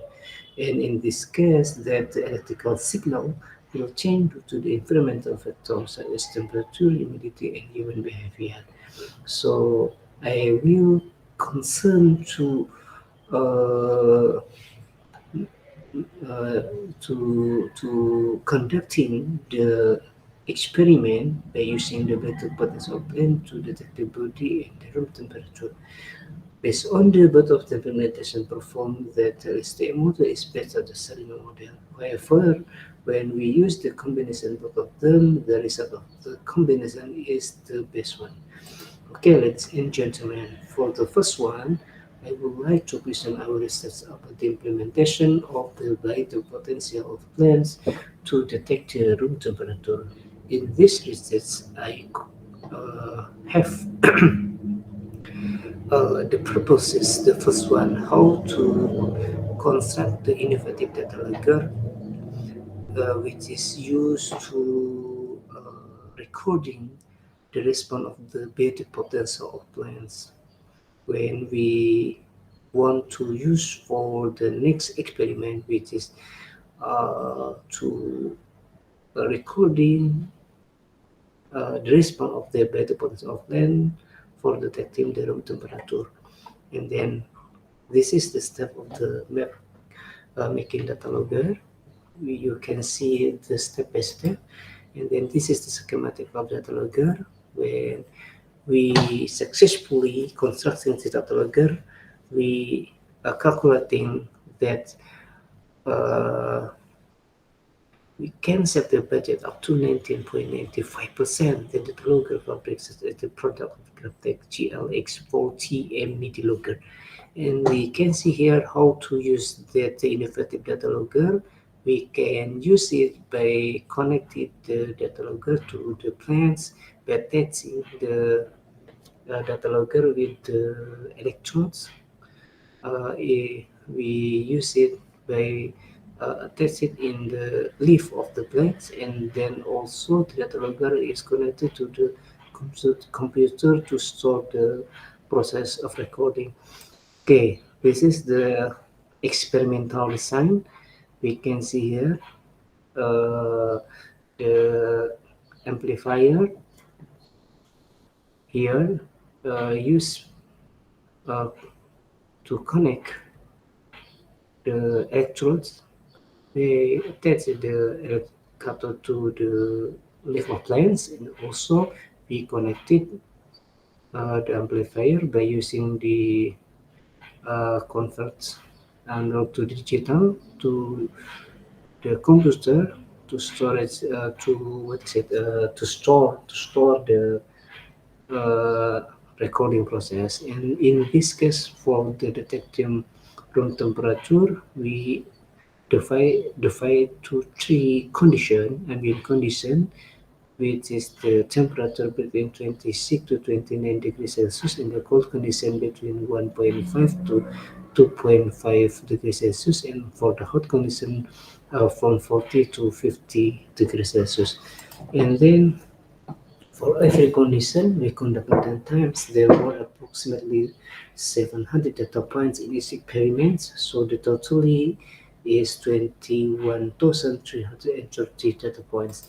And this is the result. So the output from the experiment is the signal datasets, and after that we use it by using the transformation process using method and FT transformation, and we try to looking for which one is the best one. After we obtain the best one, we use it for the analysis process, and in this case in the analysis we use two models. The first one is the ICMEET and the second one is the LSTM. And this is the output of the dataset. We can see here that the cold condition we see in the graphic. This is more variation than the others. I mean, from the hot condition or the normal condition. From the normal condition, we can see is look like stagnant, the small variation. However, after we do the transformation process using AFT method, the normal condition is the less one because the RMSE is less than the others. It's also the same like when using the wavelet method. And then for the best one, which one is the best one between the FT and wavelet, we can see here by the comparison process, the RMSE from the wavelet is the best one because the value of the RMSE from the wavelet transformation is 0.008, that less than the 0.009 from the fast Fourier transformation. And after that, we use it, the result from the wavelet transformation to analyze process by using two model. The first one by using the Sarima, we obtain the best one model by using the auto Arima, and also we obtain the LSTM by the epoch used in this test is 100 epochs, and the look-back product use is 5 because it has a minimal RMSE value than before. And then this is the comparison RMSE value, LSTM and Sarima, and the LSTM is the best one because the RMSE value is 0.004, is less than the Sarima model. Okay, I also try to use the vector potential blend to detect the body temperature. The process is almost the same. The differentiation is the experimental design. We use the blends in the room condition, the conditional room. I mean, we make sure that the temperature is there is no the external effect. So I use the the oven, and I put on the plants in the oven, and I set up the temperature, and we divide in three conditions. The first one is the lower temperature. The temperature is less than 36.1 degrees Celsius because this is the normal condition. I mean the less one, and for the normal condition is based on the body temperature of the normal people is around 36.1 degrees Celsius to 37.8 degrees Celsius, and for the upper temperature is greater than 37.8 degrees Celsius. And the results, the process is almost the same like the previous research, but in this research I use the combination of the Sarima and LSTM by using this diagram, and the results we obtain that the combination process is the best one. And for the conclusion and the future work from both of the research, that the innovative data logger performs satisfying results with a low budget. It can record the response of plant with the potential in three conditions called hot and ambient condition. In the second one, by the potential of plants successfully detected the room and body temperature. This is the prospective technology for monitoring suspected patient of cough-related temperature or infectious disease in real time. And from this research also we can successfully that by the potential a plant can detect the room and the body temperature. And for the future work, we will design the prototype of implementation of body potential to detect body temperature in hospital, and also we will arrange using more than one plant and considering the other factors such as the humidity and etc. And for the other IT implementation is I successfully constructing the multi-processes IoT devices we call as this measure person and person 2. This devices has the some features such as for the automatic hand sanitizer, automatic body temperature detector, automatic visitor counter, liquid level indicator, and power supply management, also for data logger. And in the version 2, the function is the same, but the we try to improve the basic performance is more small than the first version. And also we conducting the next function by adding the new feature, which is the saturation detection. Okay, I think that's all from our research, that the IoT solution in the pandemic era is so important, and we why is that our research can what is it can solving little the what is it the pandemic problems actually for monitoring the body temperature of patient in hospital, and also it can be used the IoT devices to reduce the spread of the COVID-19. I think that's all. Thank you so much.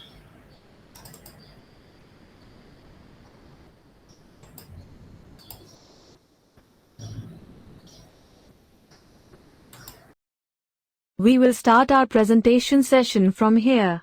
We will welcome our first presenter Jonathan De Leon. Presentation title: Microcontroller-based portable coconut tapping mechanism with audio signal filtering. Greetings of peace and abundance. I will be presenting the research study entitled Microcontroller-based portable coconut tapping mechanism with audio signal filtering. I am Jonathan De Leon, permanent faculty member and currently program head of the Department of Computer Engineering from the College of Engineering and Technology, Universidad de Manila. And Ma'am Flor Delisa R. Fernandez from De La Salle University, Dasmariñas, and Central Escolar University. Philippines is one of agricultural land in Asia. In most part of the country, agriculture plays a significant role in the economy. As the technology evolved throughout the years, smart sensor achieved tremendous contribution in agriculture that helps the farmers to utilize insubstantial resources with paltry human mediation. Traditionally, farmers and coconut sellers determine coconut maturity by listening intensively to the sound produced by knocking manually, either bare hands or knives. The ability of farmers to characterize the maturity of coconut declines as they age.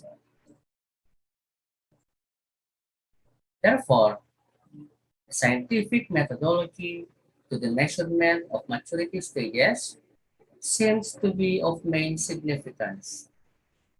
The proposed study focused on developing a microcontroller-based portable coconut tapping mechanism with audio signal filtering that can help other researchers gather data from the audio signal.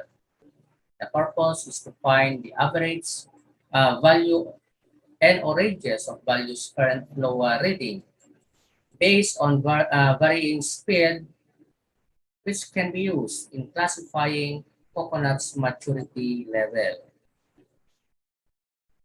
The tapping mechanism provides signal for detection and diagnosis using the engineering principles and concepts. The system uses different tapping strokes to determine the consistency of the movement. The raw data acquired from the tapping device were stored in the SD card, and filtering of the acquired signal would be done through MATLAB software. The results of the experiment were described using averages and differences, were tested for significance using analysis of variance or ANOVA. The results showed that the differences in the results are not significant, implying the tapping machine's consistency. This figure illustrates the design model of the hardware system. The structure comprises of two parts. The first part is the controller, which is responsible for governing all the peripheral components. The second part is the handheld device, consists of solenoid, sound modules, and the knocker. It is responsible for tapping to generate and sense audio wave and sound signals for recording. These figures indicates the image of hardware system used for testing coconut fruits. It is composed of the handheld device designed for tapping and the controller, which is responsible for functions of integrated components, including the knocker.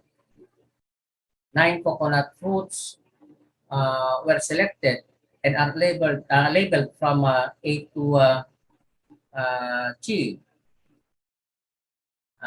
Each coconut fruit was tested 4 times using 3 different speeds: slow, medium, and fast. In this figure, shows the graphical user interface of the design system. The graphical user interface was composed of 3 steps. First is the import audio file. Second is the filtering, and third is the export audio file. The first step, import the saved audio file from the SD card using the open command button. The selected audio file will show the raw sound display graph, and the second step, filtering, is the next process to exclude the unwanted frequencies. And in filtering, composed of 3 types, which were the slow pass strainer, high pass strainer, and the band pass strainer. To prove the consistency of the performance of the tapping mechanism, the researchers had a sequence of testing toward determining the consistency of the sign structure using AC or alternating current and 12 volts battery. The results of the experiment were further tested using analysis of variance or ANOVA. These tables shows the analysis of the results of the experiment using the 12-volt battery, and as shown in the table, the p-value of all rates in both AC and 12-volt battery is larger than the significant value of 0.01. Hence, the difference or the variation observed from the result is negligible, suggesting the tapping mechanism in all speed is consistent. The researchers test the consistency of the tapping mechanism based on time interval by processing the import signal from SD card using MATLAB. This figure illustrates the generated raw signal and the corresponding filtered signal. It shows the magnitude of the tapping coconut at slow speed, medium speed, and fast speed. After careful consideration of the functional requirements that include hardware materials and software requirements, the researchers had successfully developed the portable tapping mechanism. Based on the results discussed in the earlier part, the researchers concluded that the system is consistent at different speeds: slow, moderate or medium, and fast. Then the differences or variations observed from all trials using AC were observed. These variations are tested for significance using analysis of variance or ANOVA. And the results of ANOVA test that the variations are not significant. This study focused on the consistency of the tapping machine and storing sound signal. Results of the experiments prove the capability and the consistency of the mechanism. The next phase of the project is enhancing its capability to predict the maturity of the coconut fruit. The current implemented idea involves using a microcontroller for the control of tapping device of the system, and MATLAB software for filtering, and AC and 12-volt battery for power supply. Since the system was focused on collecting and filtering raw signal, further development is recommended, which could focus on integrating more functions like predictor and classifier. The researchers conduct a series of testing to test and evaluate the functionality and consistency of the tapping machine in terms of direct current flow in different tapping speed, alternating flow in different tapping speed settings, and 108 trials in AC source and 108 trials in 12-volt source were conducted by the researchers. So this is a sample figure that the researchers shows the current flow reading as illustrated from the line graph, and the variables illustrated at the chart are the 9 coconut fruits representing the x-axis and the current flow reading at the y-axis. This table illustrates the gathered data for current flow reading in milliampere of gluco-A under slow speed. And last, this figure shows the schematic diagram of the design system. Thank you so much.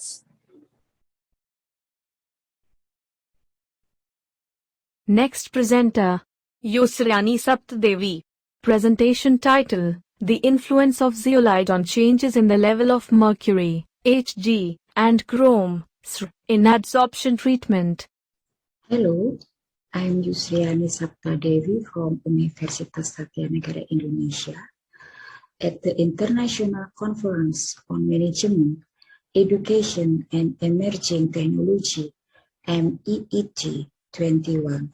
I will present the result of my research entitled The Influence of Zeolite on the Level of Mercury and Chromium in Adsorption treatment. Okay, share my presentation.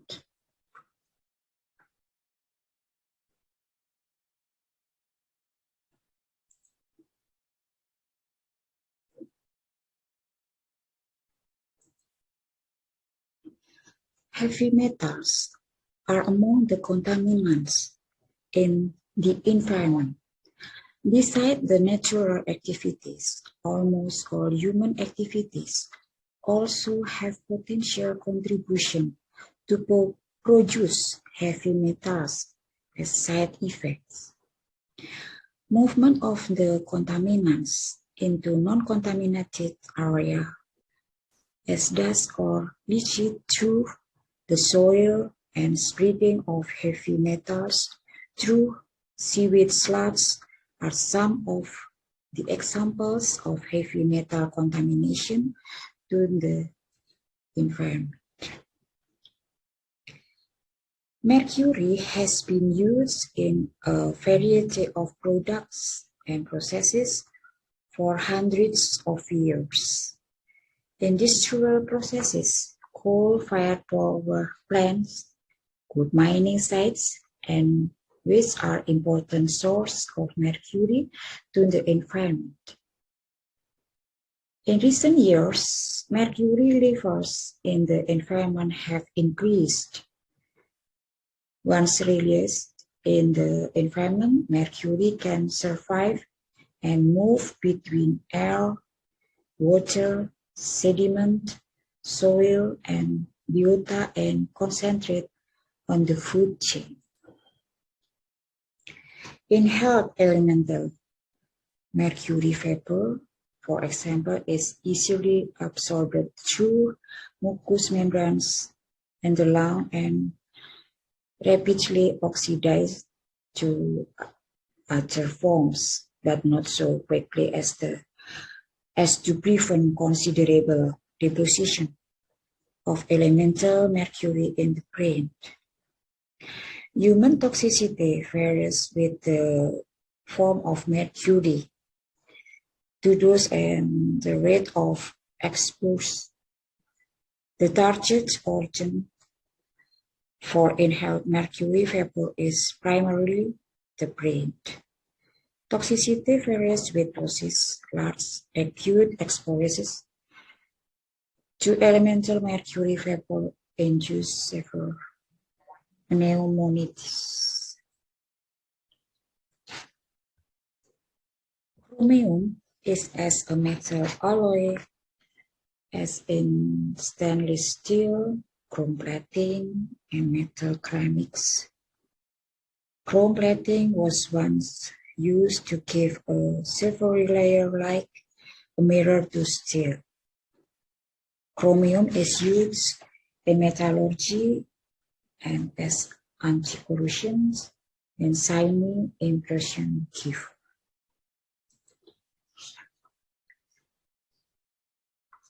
The accumulation of chromium in the human body will harm liver and kidney, among others.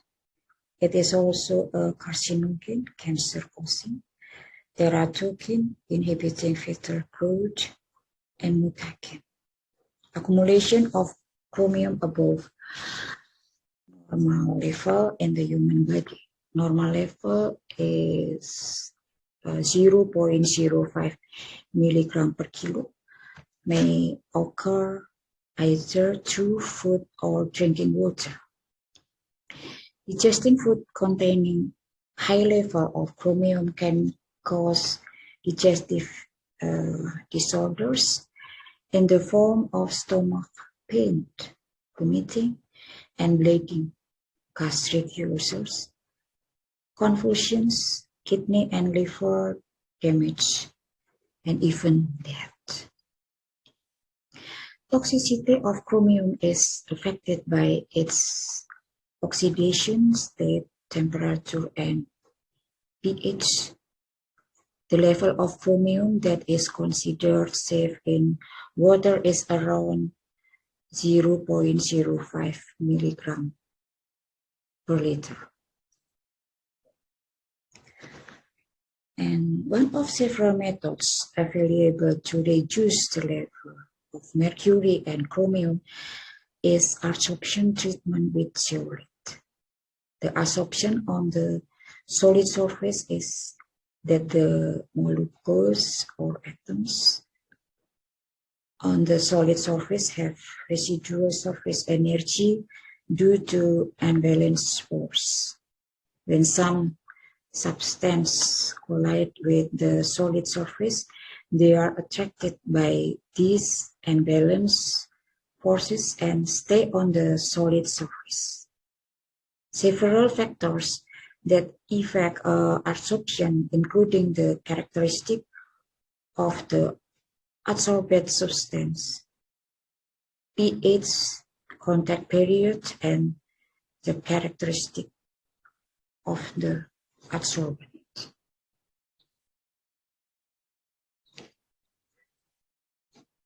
Okay, according to the figure, there were changes in the level of mercury after treatment.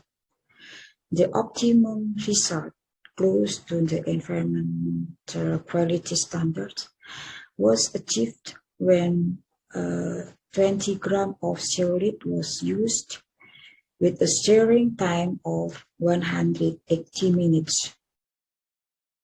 The effectiveness reached about 99.5%. Stirring time is an influential factor since it will decrease the thickness of the solvent layer surrounding the adsorbent, which will cut reaction time. The variation of stirring time is needed to determine the best contact time.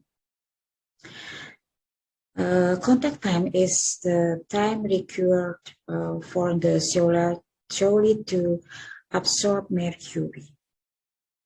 Sufficient absorption time is required for zeolite to be able to absorb metals optimally.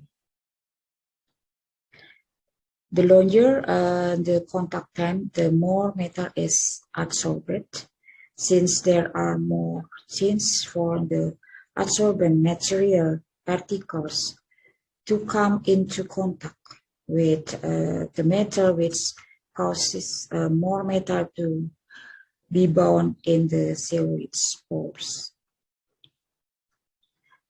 However, when the adsorbent is saturated, contact time is no longer an influential factor.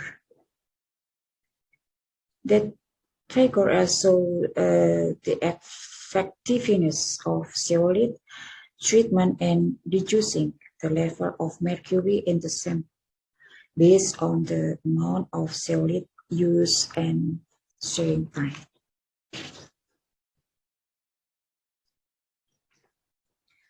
Okay, according to this figure, there were changes in the level of chromium after treatment.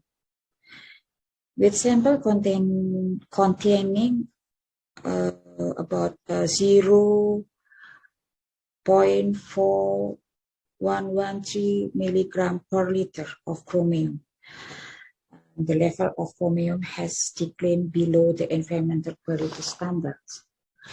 After using 5 grams of zeolite with a stirring time of 180 minutes, in the next minute, namely 60 and 180 minutes, the level of chromium was relatively stable, meaning the surface area of the zeolite was saturated and equilibrium was reached. The longer of steering time, the better the absorption process will be that show the effectiveness of zeolite treatment in reducing the level of chromium in the sample based on the amount of zeolite used and steering time.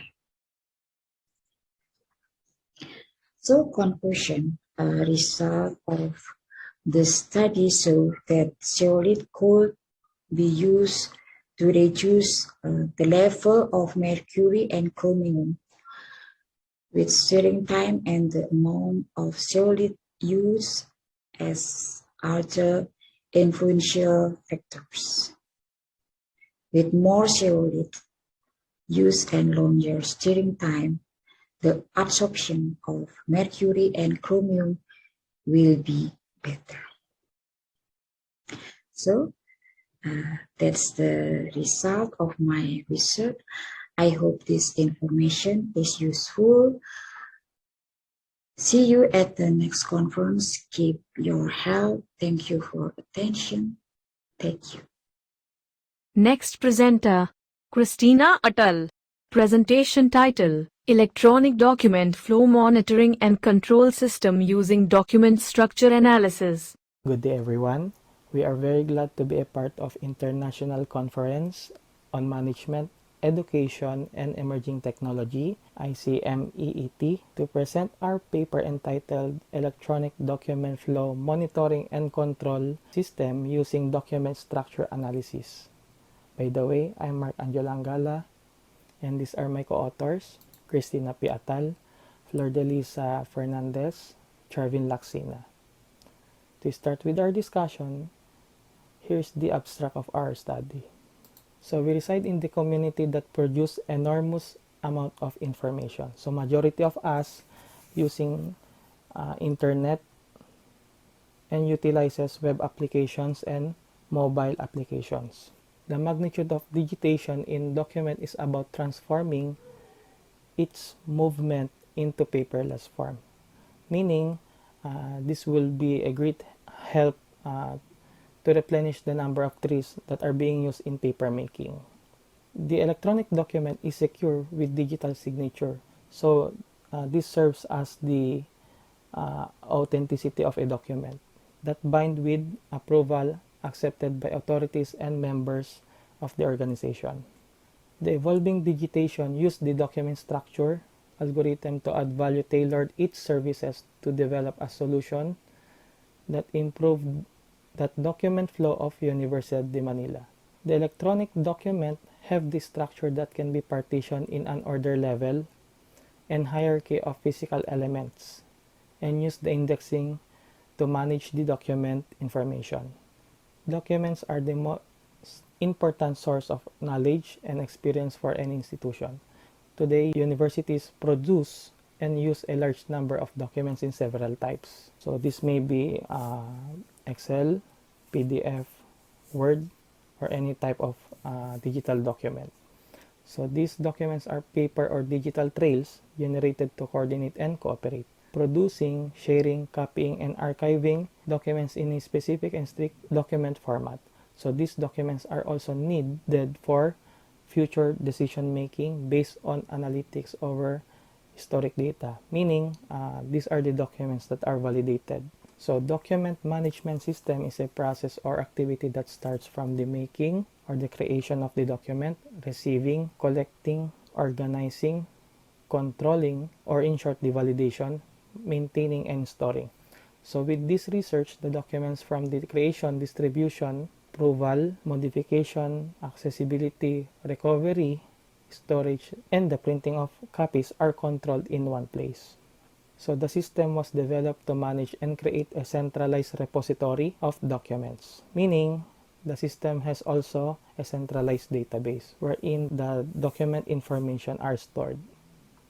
So these documents can be retrieved and can be tracked online since the system is deployed via cloud. So it can be accessible anytime, anywhere using any kind of web browsers, such as Google and Mozilla Firefox. Hello everyone, I'm Christina Atal from the Philippines. So I am here to continue our discussion on the system flowchart of the electronic document flow, monitoring and control system with structured document analysis. So our system has 4 types of user account. So to start with, as you can see on your screen, is the system flowchart for the Dean's account. So the Dean should provide the valid credentials of the system, and then it will direct to the main dashboard. So the system will manage documents into 2 ways. The first one is the documents that are in a form of hard copy that will be scanned and then imported into the system. The second one is the new document created in the system. After the creation, the document will be sent to the authorized person for review, approval, for revision, and storage for further processes. So once the document is approved, then electronic signature of all the approvers will be attached to the last stage of the approval process. In the main dashboard of the Dean, all types of files will be displayed. So the Dean can view table of the documents wherein he can add, edit, delete documents that were created in the system, and he can also download the documents that were uploaded by the admin. So if the Dean will choose upload documents, notification email will be sent to all the faculty members under his department. For the edit documents, the Dean can update all the required fields in the created documents. If the Dean will choose delete, then the documents will go to the archive documents. If the Dean wants to download documents that were uploaded by the admin, then he will just choose download documents. For approval page, the Dean can approve created documents into the system assigned to him, and then later it will send to the next approver. So once document has been approved, the system will automatically attach e-signature of the approver to the document created. So if the document is not approved, and then it will go to the for revision page. So the Dean can view all the documents that needs to be revised. In the approved documents, a list of documents will be displayed. So Deans can check and view all the created documents that needs for approval. If the document is approved, then a list of documents will be displayed. If the created documents is disapproved, and then these created documents will be sent to the concerned faculty members. In the archive documents, Dean can restore all the created documents, including the uploaded documents. Documents that were uploaded by the admin can also be downloaded in this section. In approved document page, Dean can view approved documents and also their details. For the analytics page, Dean can view charts regarding all the documents that the system contains. So it will display all the created documents and also the uploaded documents. This is the system flowchart of the faculty account. In the faculty main dashboard, all the uploaded and created documents in the system will be displayed. The faculty can also add, can edit, view all the created documents. They can also view the count of the uploaded documents and the details of the documents. Under for revision page, faculty can also see all the types of documents that needs revision. They can edit the documents and then send it again to the Dean for approval. For the archive section, the faculty can view all the deleted documents. They can also restore these documents in this section. For the analytics page, this will display all the uploaded documents by the admin and also the created documents by the faculty. This is also what you can see in the admin account. So After providing all the valid credentials by the admin, the system will redirect to the main dashboard. And then into the dashboard, all documents created, including all the documents that were uploaded by the admin, by the dean, by the VPAA, will be displayed. So in the form section, you can see here all the list of documents that can be created by the faculty member and the deans. For the approval page, the admin can view all types of documents that needs to be reviewed and approved. They can also view and restore all the deleted files in the archive section. In the approved document page, admin can view the approved documents and also the details. For the user section, the admin can add, they can delete all the users of the system. In the analytics page, admin can view charts regarding all the documents that the system contains. So here are the conclusions of our paper. So based on the findings of the study, the following conclusions were drawn. So number 1, the proponent encourages the school that the electronic document flow monitoring and control system using document structure analysis should integrate and use to improve the overall process in managing school documents. Number 2, follow-up studies and researches should be done to make the scope or coverage wider than the system so that it could be used by the whole university. Number 3, there is no significant difference between the evaluation of the administrative, academic heads, faculty, and IT practitioners on electronic document flow and management system using document structure analysis in terms of the variable functional suitability, compatibility, usability, and reliability. Here is the sample weighted mean table result of the system. So number 4, future researchers may add other advanced functionalities or other performance improvement on the design of the system. And the last one, the implementation plan and user's manual for electronic document flow monitoring and control system using document structure analysis was created to guide the users in using the developed system. So this is the implementation plan of our system. So as you can see, all the users are involved in the orientation last February 2, 2020. For the users training using the users manual, the users training will be conducted using Zoom meetings. So separate trainings for different users level will be observed. So the schedule was on February 8 to 12, 2020. The uploading of all existing files and documents already archived to the database by the Office of the Vice President for Academic Affairs and the Office of the President. For creating revisions of forms, approval and disapproval of documents, this was done by the faculty members, the associate deans, and deans. This is the user acceptance test plan of the system. So we have the project name, which is Electronic Document Flow Monitoring and Control System using Document Structure Analysis. For the service owner, Christina Ataw. For the project manager, Mark Angelo R. Angala. For the scope of our system, the system can upload, download, and automatic consolidation of scanned paper documents, can create revised forms, approve and disapprove documents, and also provide notification to all the users via email. It also provides analytics and charts of all the documents. And it has a user management and e-signature for the dean, the VPAA, and the president account.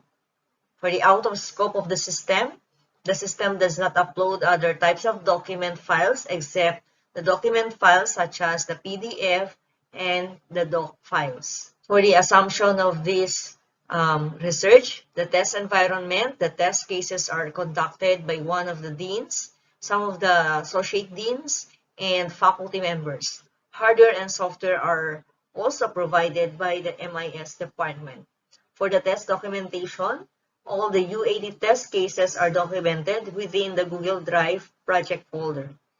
For the error reporting, errors, bugs, and other flows are reported using a bug tracking tool, Sentry. For the UAT constraints, timeframes, the test results must be provided by November 25, 2020. The resources, we have the browser's test, the Firefox, the Edge, the IE, Opera, and Safari. So tested operating systems includes the Windows 8 and Windows 10. Provided hardware, we use the Lenovo iPad, the Dell Inspiron, the Acer, the Veriton, and the Android Mobile.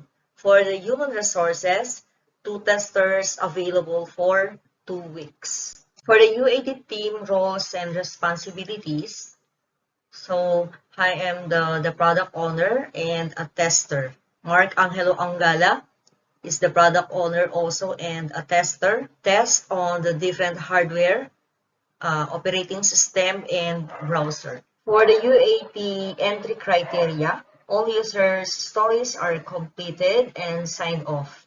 All reported bugs should be fixed. The UAT test environment and access requests sorted out. The development of the system is fully completed and business users are identified and trainings are being conducted. So that ends our presentation. And if you have questions or clarifications, we are open for any suggestions for the improvement of our paper. Please don't hesitate to email us. Thank you. Next presenter, Adi Saigar. Presentation title, Interest in Entrepreneurship Students, Satya Negara Indonesia University. Welcome to my video presentation, Interest in Entrepreneurship Student, Satya Negara Indonesia University by Adi Siregar. As lecturer in entrepreneurship courses, the researcher observed and found that the unemployment in Indonesia is not only experienced by those without education, but university graduates are also a contributor to the unemployment rate. This happened because the average graduate is better prepared to find the job. Working in government and private institutions is considered more promising for the future, so the competition for job opportunities is getting taller. This can be seen from unemployment data according to the Central Statistics Agency. As of February 2019, almost 7 million people are still unemployed. This means that university graduates still contribute to a fairly high unemployment rate in Indonesia. There is no guarantee that college graduates who have been prepared for the world of work will find employment. Increasing the number of entrepreneurs is one way to overcome unemployment. With the opening of job opportunities, there will be more opportunities for workers to find work so as to reduce the unemployment rate. Universities have an important role in increasing the number of entrepreneurs. Universities can direct and support students to be oriented as job creators. Based on the result of the pre-research, student interest in entrepreneurship show positive result. 70% of students who have not run a business and 60% of students do not choose entrepreneurship as career choice after graduation. There are still many considerations in the mind of students to enter the world of entrepreneurship. This belief can encourage someone to dare to start a business. Someone who has high self-efficacy believes that he can do things well and is also more courageous in facing all business risks. As it is known that is the business world, there is a risk of uncertainty, so you must be prepared to face it. The family environment can also affect student interest in entrepreneurship. Entrepreneurial parents can arouse children interest in entrepreneurship because from an early age they have introduced and provide knowledge about their business, so that later they will direct their children to enter the business world. One of the university efforts to foster student interest in entrepreneurship is to provide entrepreneurship education. Entrepreneurship courses at Satya Negara Indonesia University are compulsory subject for every student. In addition to presenting entrepreneurship program, the entrepreneurship education provides foster interest in student making entrepreneurship a potential to get a better life. 67% of students are unsure of starting a business at this time, and 60% of students are unsure of facing business challenge. 70% of students do not come from entrepreneurial families, and 67% of students are not directed to entrepreneurship by their parents. And 100 of students get entrepreneurial knowledge on campus, and 63 the feel that they do not get supportive entrepreneurship education facility. Based on the observation of researchers, the entrepreneurship education provided is not optimal because it is not balanced with the concept of learning in a different environment that can generate new ideas and thus so as to enable students to become entrepreneurs.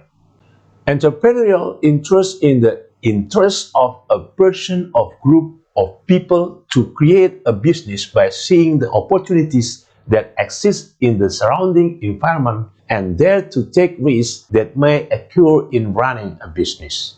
Self-efficacy is one on perception of how well a person can function in given situation. Self-efficacy is related to the belief that oneself has the ability to perform the expected action. The family environment generally consists of father, mother, and brother, which is the first and foremost place of learning for children. Entrepreneurship education is education that applies principles and methodologies toward the formation of life skill in students through a curriculum developed in higher education. Relationship between variables based on research conducted by Ika Indrayanti and Subawa that there is a positive and significant influence from the family environment on self-efficacy. Conducted by Hartanti Nugraningsi, entrepreneurship education has a positive and significant effect on self-efficacy. Conducted by Siti Soima, the family environment has a direct effect on student interest in entrepreneurship.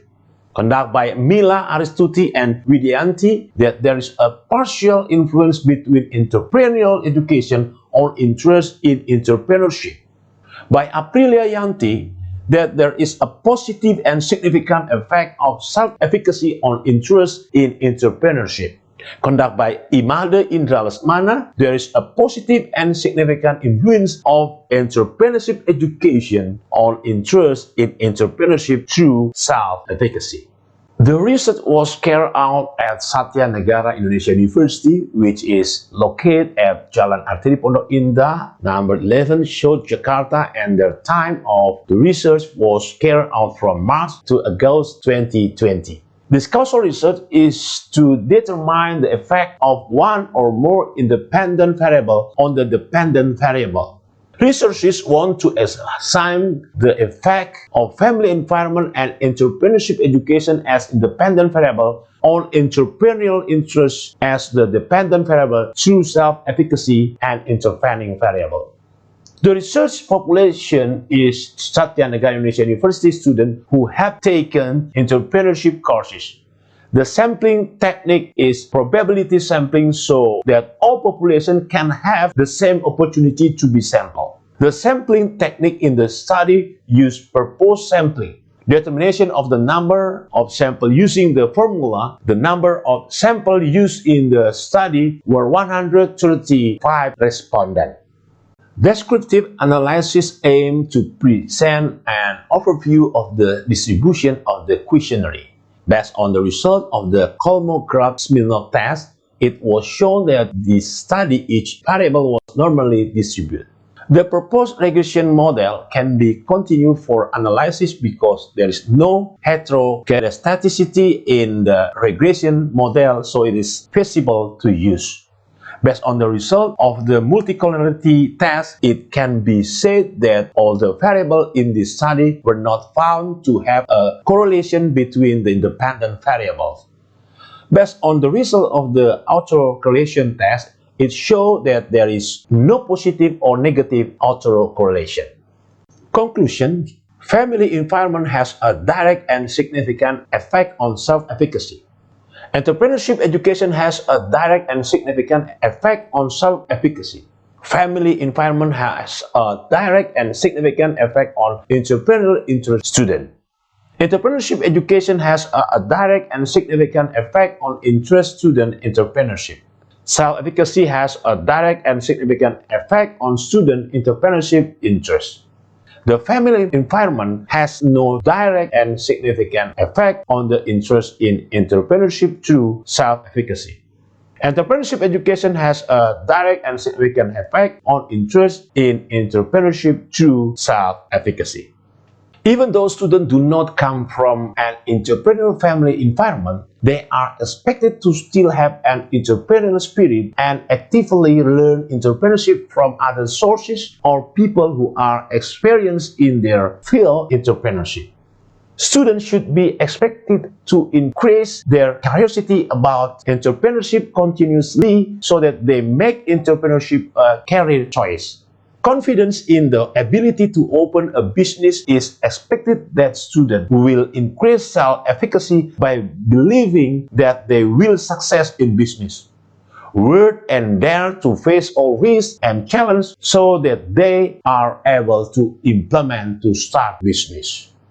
The campus library is expected to add to its collection of entrepreneurship books in order to increase student knowledge about the business world. In addition, it is hoped that Satya Negara Indonesia University will add entrepreneurship learning facilities to increase student enthusiasm in learning entrepreneurship. It is hoped that the result of this study can increase knowledge and can be used as consideration in further research.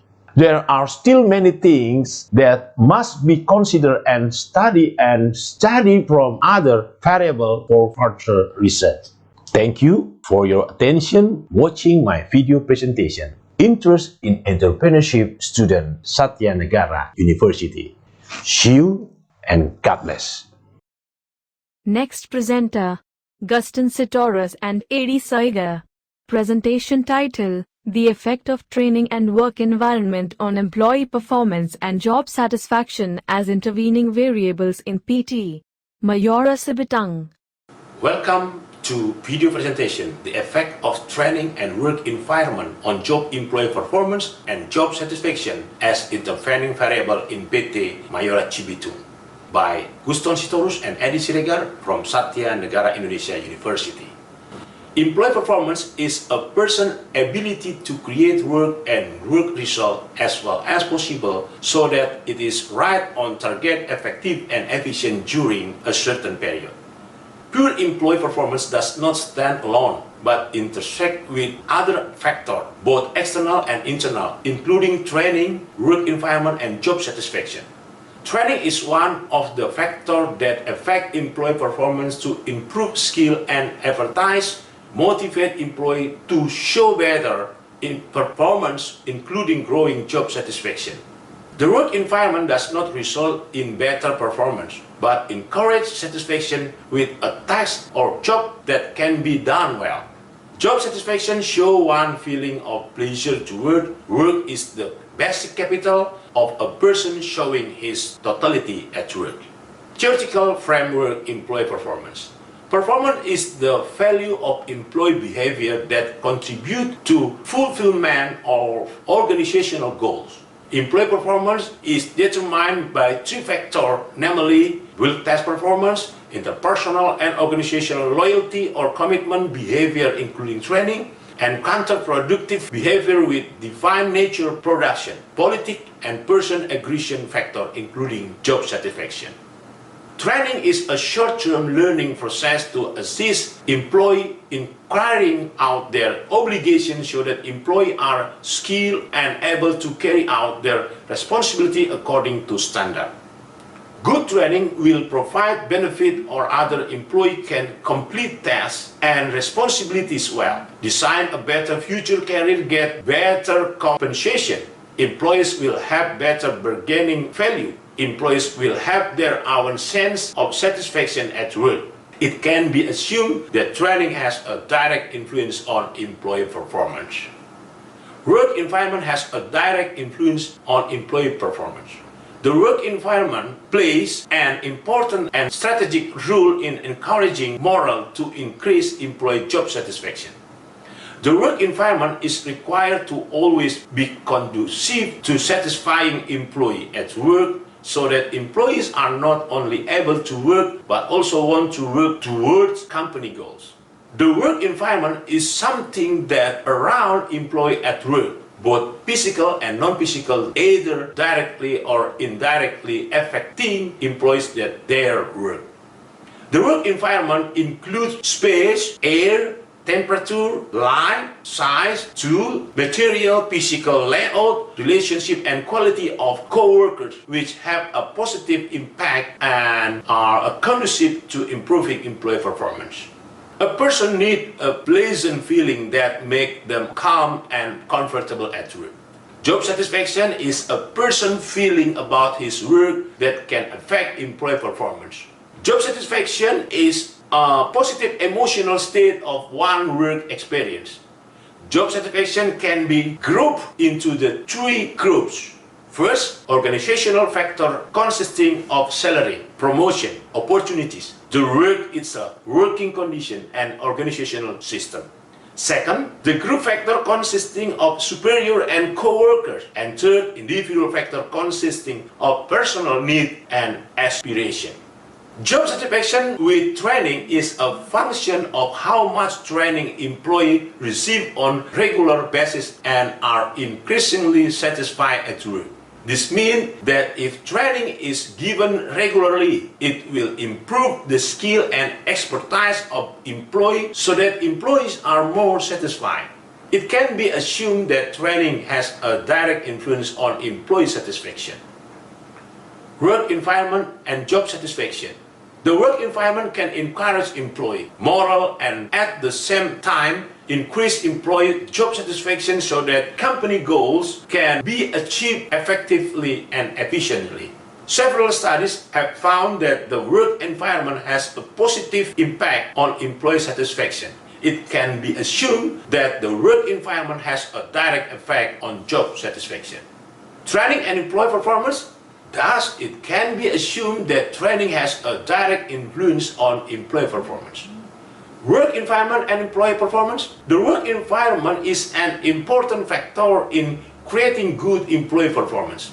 Thus, it can be assumed that the work environment has a direct influence on employee performance. Job satisfaction is one of the factors that can affect employee performance. It can be assumed that job satisfaction has a direct influence on employee performance. Research method. The research design used a casual quantitative to prove the direct effect on the variables. The research method as a descriptive survey with a questionnaire instrument and the data analysis technique is path analysis. The population is all employees who are at PT Mayora Cibitung as many 441 people, which sampling using the Slovene formula as many as 210 respondents. The sampling technique was random sampling and the determination of the number of samples from each was determined proportionally. Research, result, and analysis. From the result of regression testing and linear models, it is known that training does not have a direct positive effect on job satisfaction. Work environment has positive and significant direct effect on job satisfaction. Direct effect of work environment on job satisfaction of 0.367. The significance and the linearity of the training regression on employee performance, it is known that training has a positive and significant direct on employee performance. From the test result, it is known that the work environment has a positive and significant direct effect on employee performance. Meanwhile, from the result of the path analysis, it is known that the size of the path of the work environment on employee performance.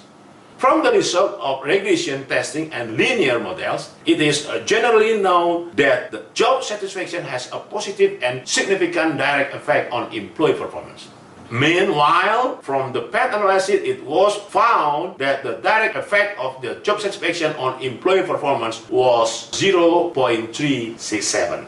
Based on the result on the path analysis test, the result of this study proved that the training provided so far has not been able to create employee pleasure. The result of the path analysis test, it turned out that the training variable has a direct effect on employee performance and is very useful in improving employee performance. The result of this study also showed that the lowest training indicator is the instructor indicator, meaning that the instructor is less competent in providing training to employee.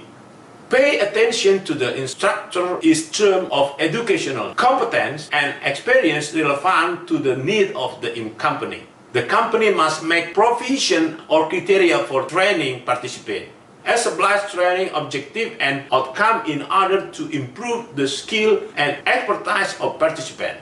Training material must be prepared very carefully and in accordance with the need of the company. The result of the study proved that the work environment variable has a direct and significant effect on employee job satisfaction.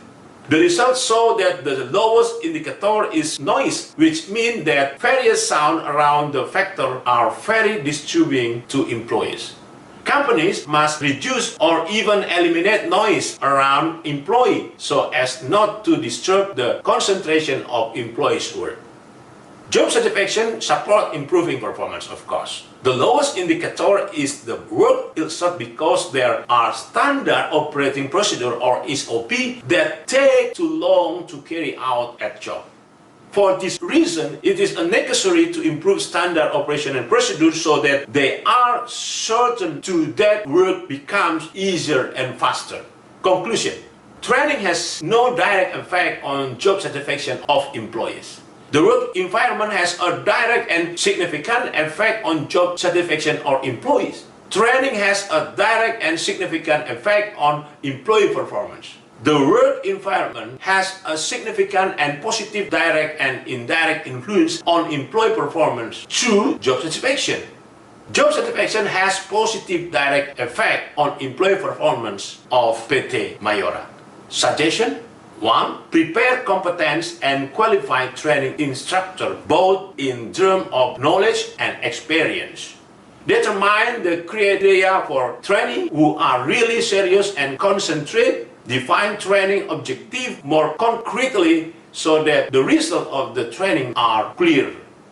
Second, reduce the match location around employee work so that they can work with full concentration. And the third, management prepare clear job description so that employee can complete work calmly, pleasantly, and can improve the performance of limited liability company or PT Mayora. Thanks for your attention watching my video presentation, The Effect of Training and Work Environment on Employee Performance and Job Satisfaction Intervening Variable in PT Mayora, Cibitung. See you and God bless. Next presenter, Yusriani Saptadevi. Presentation title, The Effect of Community Activities Restrictions Enforcement, CARE, and Mask Waste Management on Environmental Sanitation Behavior during the spread of Delta variant of COVID-19. Hello, I'm Yusriani Saptadevi from Universitas Satya Negara Indonesia. At the International Conference on Management, Education and Emerging Technology, MEET-21, I will present the result of my research entitled The Effect of Community Activities Restrictions Enforcement and Mask Waste Management on Environmental Sanitation Behavior during the spread of Delta variants of COVID-19. Okay, let me share my presentation.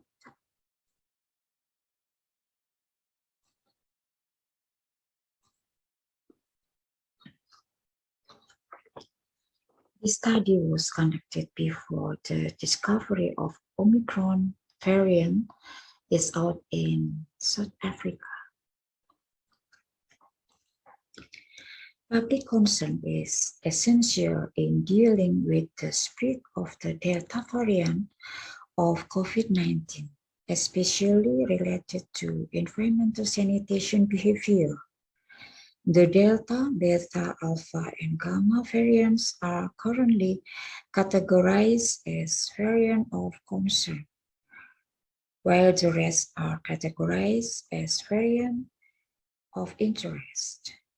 Meanwhile, the Alpha, Beta, and Delta variants were responsible for the recent spike in COVID-19 cases in Indonesia. Indonesia has reported 4.6 million COVID-19 cases and 144,000 deaths.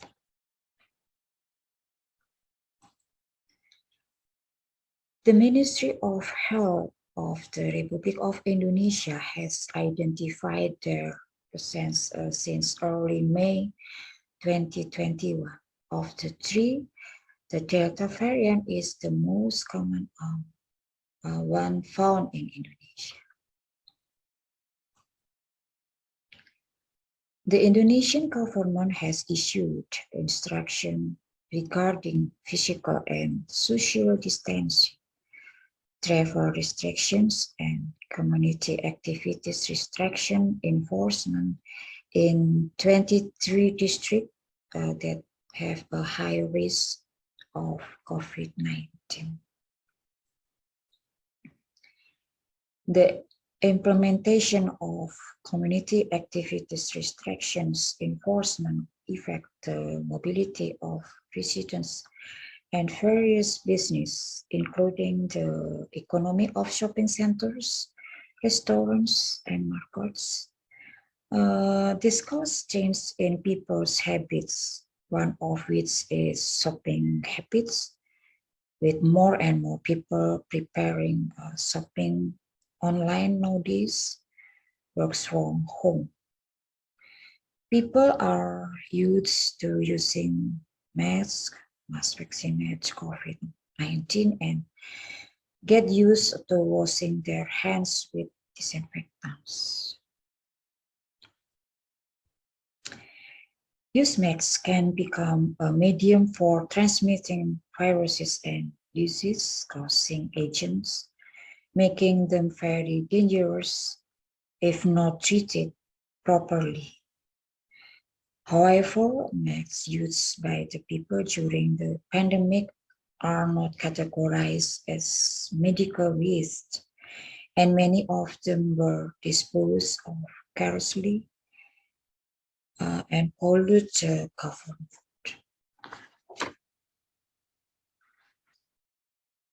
The purpose of this study is to analyze the effect of community activities, restrictions enforcement, and mass waste management on environmental sanitation behavior during the spread of Delta variant of COVID-19 in Bojongkulur Village, Gunung Putri, Bogor, Indonesia.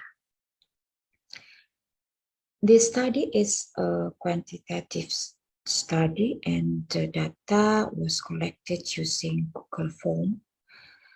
The sampling technique used was sample random sampling using the Slovene formula.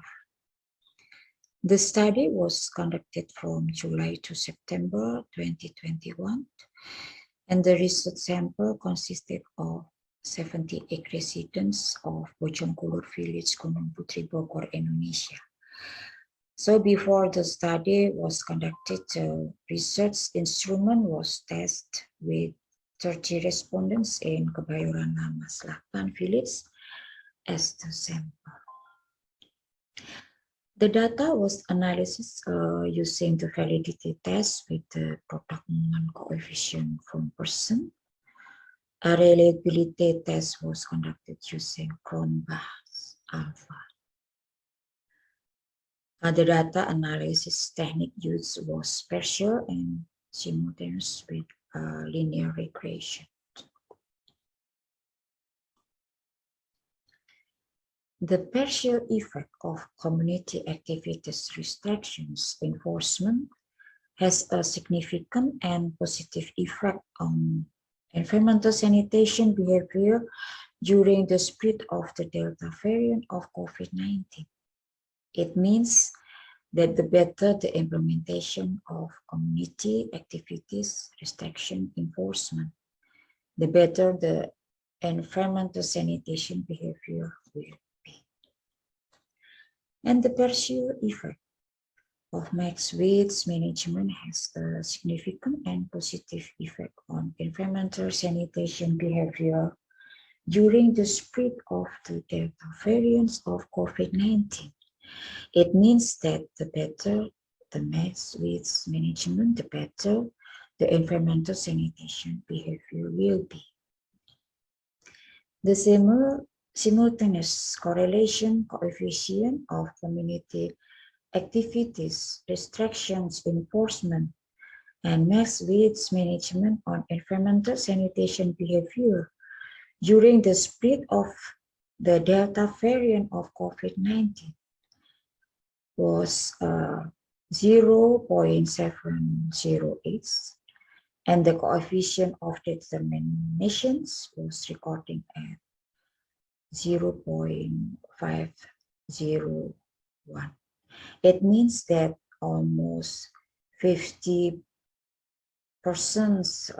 of the variance in environmental sanitation behavior during the spread of the Delta variants of COVID-19 is influenced by the implementation of community activities restriction enforcement and max width management, while the remaining 49.09% is influenced by other factors.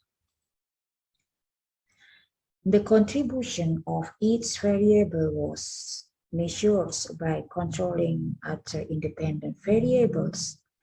The result of the analysis can show the ranking of the relationship, which explains as follows. The first, the contribution of community activities, restrictions enforcement with environmental sanitation behavior during the spread of the Delta variant of COVID-19 was recorded at 0.534. This indicated decline in the level of relationship between community activities restrictions enforcement and environmental sanitation behavior during the spread of the Delta variants of COVID-19. Thus, the implementation of community activities restriction enforcement is not the only variable that determines environmental sanitation behavior during the spread of the Delta variant of COVID-19. But there is another variable that also has an effect. The second, the contribution of max width management with environmental sanitation behavior during the spread of the Delta variants of COVID-19 was recorded at 0.288. This indicates a decline in the level of the relationship between max width management and environmental sanitation behavior during the spread of the Delta variants of COVID-19. In other words, max width management is not the only variable that determines environmental sanitation behavior during the spread of the Delta variants of COVID-19, but there is another variable that also has an effect.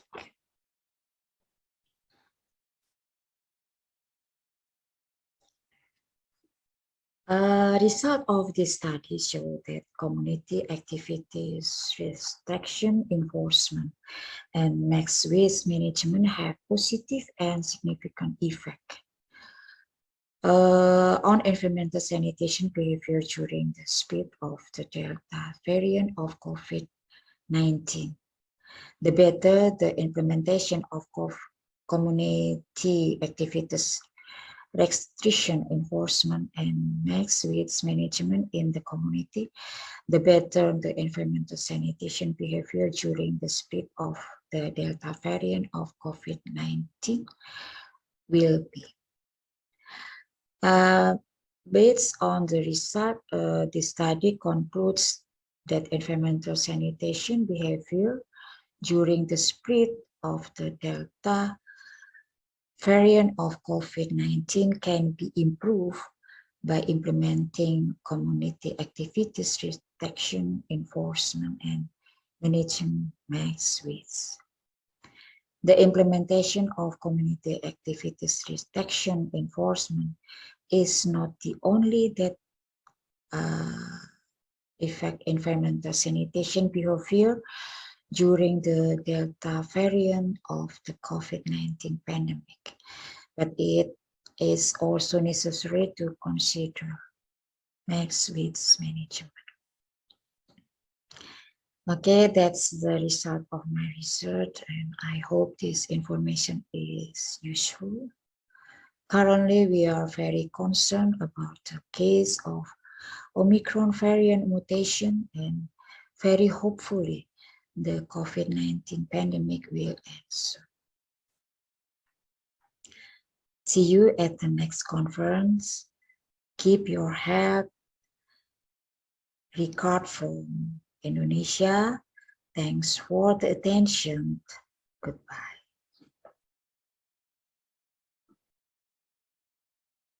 Next presenter, Bu Sadi Ismail. Presentation title, Referencing Scientific Articles by LDA Technology. In Nigeria, I present work on the problem of access to relevant scientific information and precisely access to relevant scientific articles in online databases such as Google Scholar and Semantic Scholar.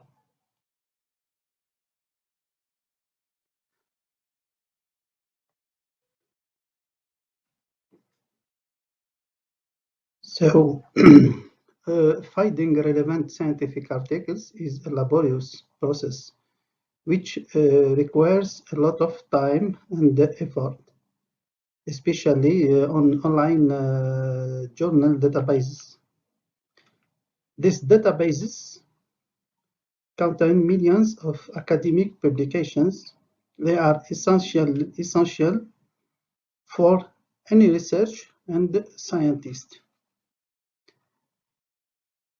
We are talking about academic databases like Google Scholar, Synopsys, or Semantic Scholar, which are very useful and important source of academic information for scientists and research. In this work, the scientific document is the scientific article that responds to well-defined structure, and generally it's composed of 6 distinct parts as shown: abstract, introduction, methods, results, discussion, and references. We can say that the scientific article and organized into 2 main sections: the metadata and the academic text. Introduction, methods, results, discussion. And this is the first section that interests us.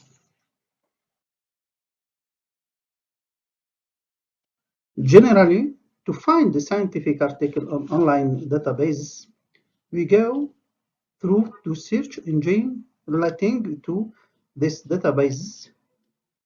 We enter either directly the title of the article or keywords or the name of the authors.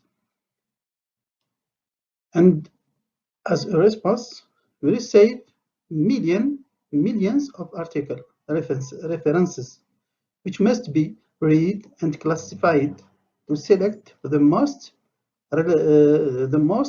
relevant, which is a long and tedious job and generates a decrease in productivity for any research and a scientist. The problem is due to the referencing of articles from their metadata and the fact that search engines do capture the semantics between this metadata.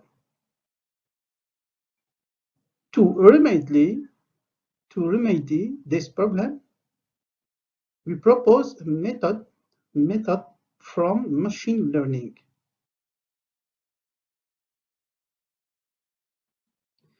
In this context, the goal of our work is to reference, in the sense of indexing, articles by topics based on machine learning algorithms. The process of learning and identifying the topics is called topic modeling. Topic modeling is a semantic process based on hidden latent variables. The objective of thematic modeling is to discover these variables.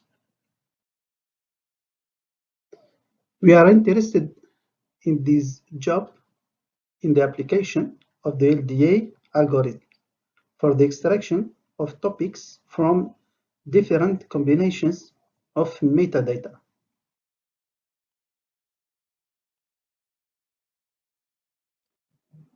LDA, or latent Dirichlet allocation, is an supervised method of topic modeling. The basic idea is that the documents are represented around the mixtures over latent topics, where the topic is characterized by distribution over words. The LDA inference is a list of topics. This contains relevant words and their occurrences in these obtained topics.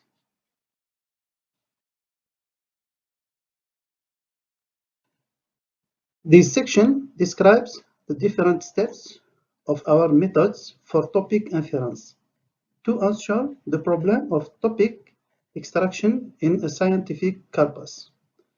Our method is organized in 3 different steps, as shown in figure 3. Namely, the collection of unstructured and semi-structured data from sites specialized in the publication of scientific articles, which will undergo a series of pre-processing to clean them and reduce the vocabulary used in the corpus. We then proceed to the selection of the features that interest us, like title, abstract, keywords, to combine them in 4 aggregations. Aggregations 1, aggregations 2, 3, and 4, which will constitute the inputs of the LDA algorithms. The next step is the model training. So for each selected aggregation, the LDA algorithm infers topics. The objective of this step is the inference of 3 or 4 sets of topics that will be compared based on several metrics. The last step is the selection of the model that presents the best characteristic in terms of accuracy and human interpretability. The model in question will be used to reference each publication in our scientific corpus.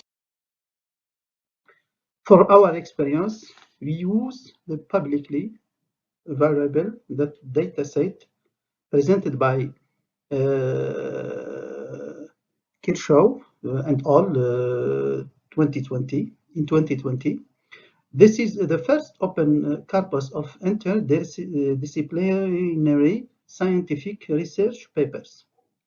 This corpus includes not only the full text of the article, but also the metadata of the documents, as well as title, abstract, keywords, and bibliographical references. After processing, the final data sets consist of 1,040 scientific publications. The results of the calculations showed that the aggregation number 4 of title and keyword metadata inferred topic of high precision and better interpretability. Like this. Yeah.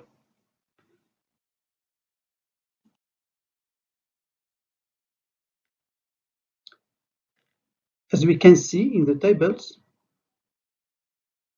for aggregation number 4, we can see that the words that compose all the topics are semantically coherent, contrary to the other results. The model in question will be used to reference each publication in our scientific corpus.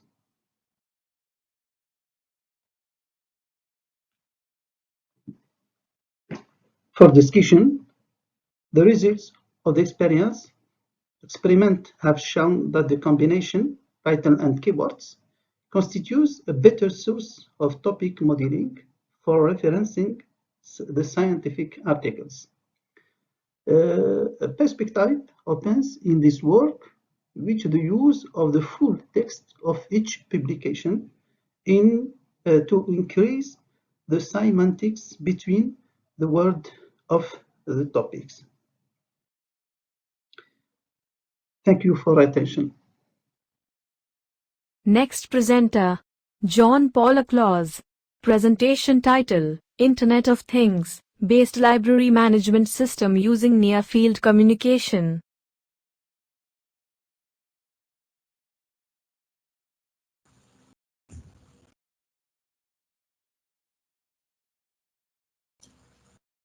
Hello, this is our study titled Internet of Things Based Library Management System using Near Field Communication, and the researchers are Mr. John Paul Claus and Dr. Marily E. Prosas, DIT.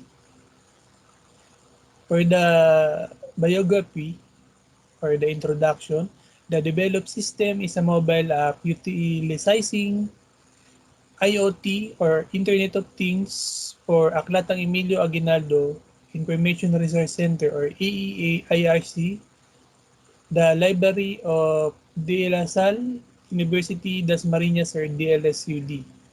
It has major features, which is the bookbinder and the noise detector.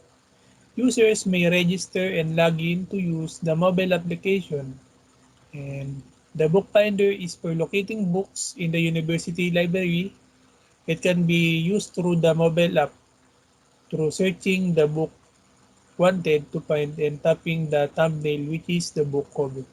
And upon the book selection, a modal containing animated map showing the path from the librarian's location up to the bookshelf where the book is located alongside the book located.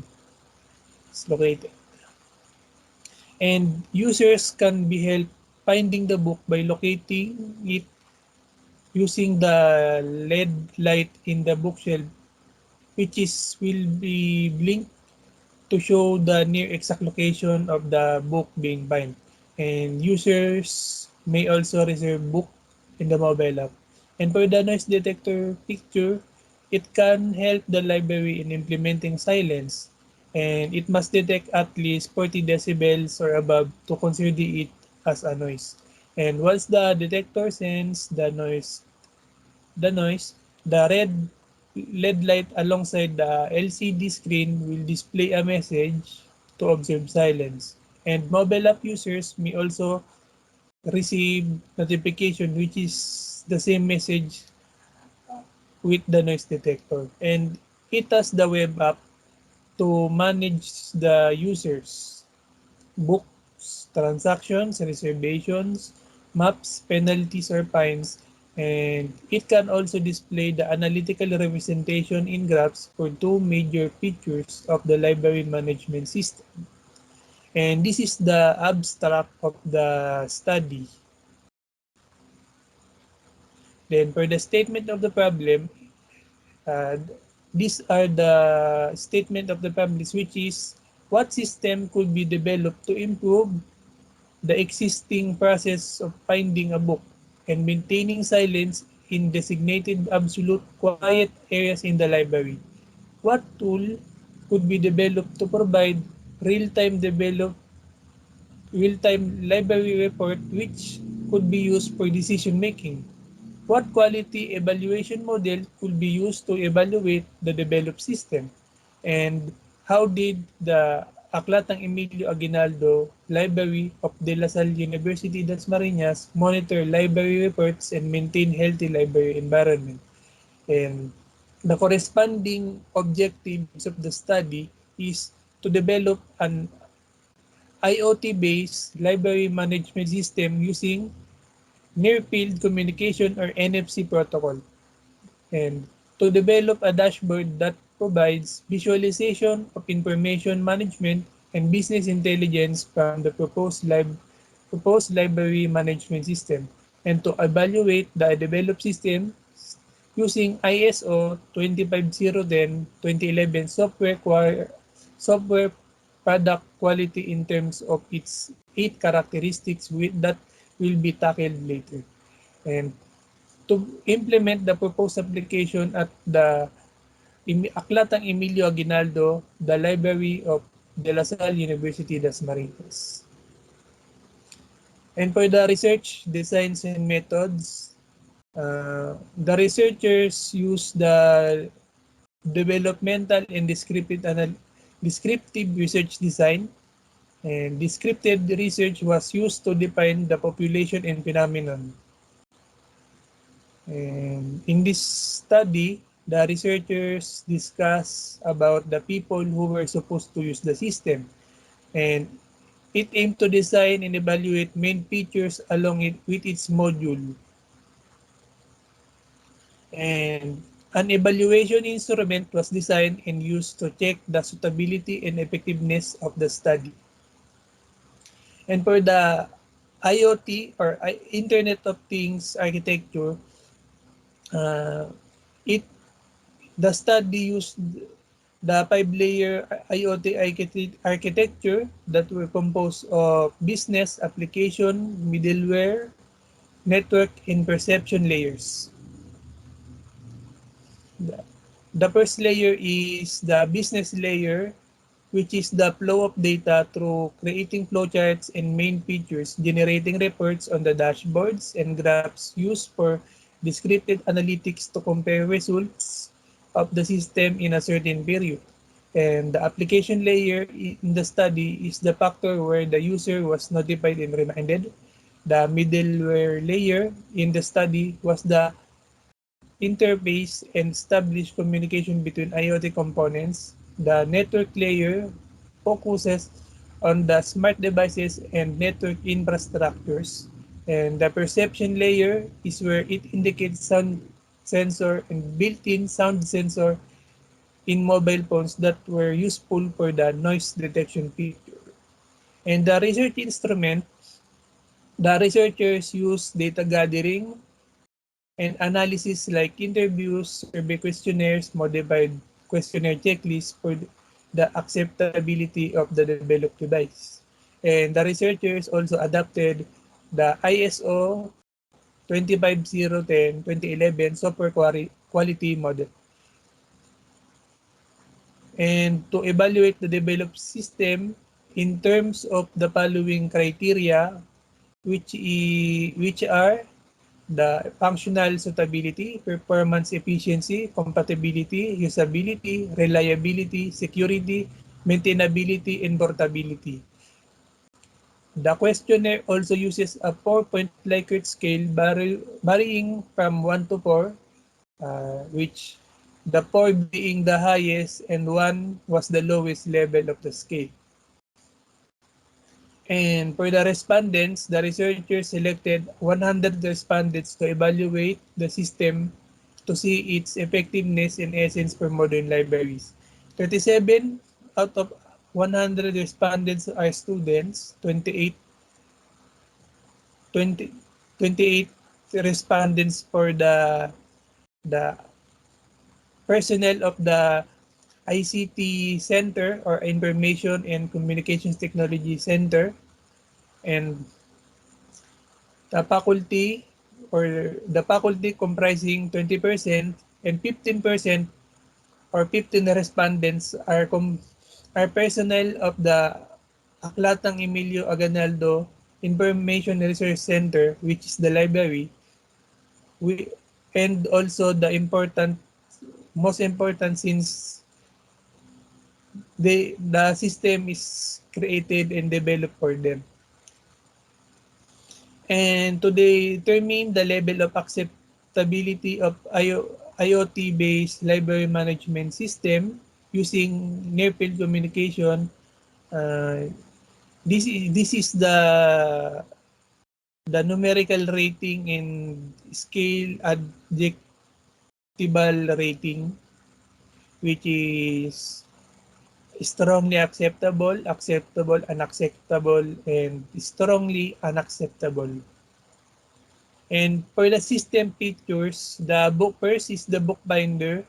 Then the books have NFC tag embedded in it containing unique identifier. Then users can find currently available books through mobile app by typing the search box.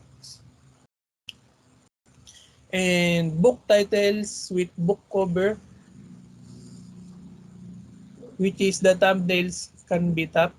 And after tapping the book title or the thumbnail, a modal will appear showing the animated map and book location details.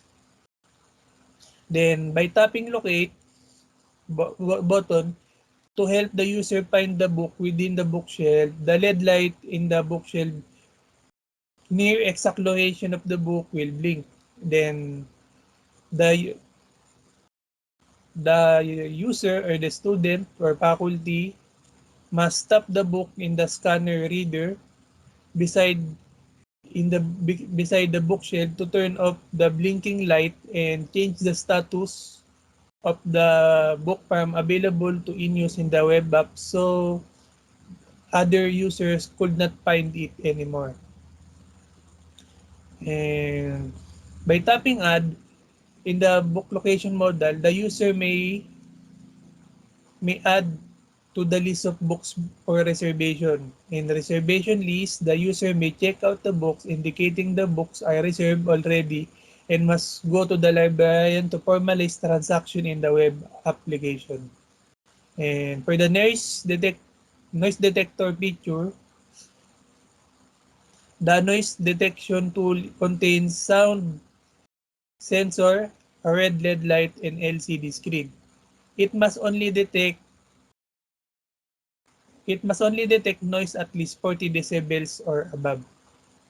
And then it must only detect human-generated noise such as talking, whispering, and clapping. It must not detect other background noises like appliances like air conditioner and any type of vehicles outside the library. And for the notification, once the noise is detected, the LED light will blink. As the light blinks, the LCD screen will display a message saying, "Please observe silence. Thank you," to notify people in the library and make them aware about being noisy. The mobile app will also receive the same message in the mobile app. And for the mobile app, the users can register and log in the mobile app.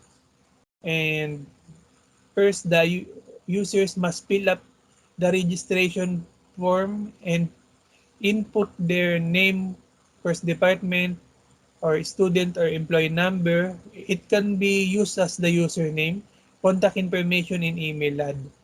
And upon login, users will use a default password and will urge them or require them to change after very first login. They must reset or change password and enter mobile number to receive the one-time password or OTP. And for the web app, the admins and librarians are the ones to operate and manage the web app. They can add books that must input information like title, NFC tag ID, call number, author, and so on. Like mobile app users, the admin can also add and update the users, the mobile app users. And they can also manage the reservation and transaction of book borrowing. And the admin can add and replace maps, depends if the library changes the layout of the bookshelves. And it must be in graphics interchange format to support the animation. And these are the maps that the users see in the mobile app. The penalties and fines are the sets of penalties that student or faculty if they didn't return within designated time frame. And admins can add or replace penalties depends on the rule changes. And generate reports and graph containing representation of data about bookfinder and noise detector. And for the testing results, the researchers use 3 mobile devices, 2 of which are Android devices, and 1 iOS device to measure NFC tag response and conducted 5 tests per device. We can see the table of the results.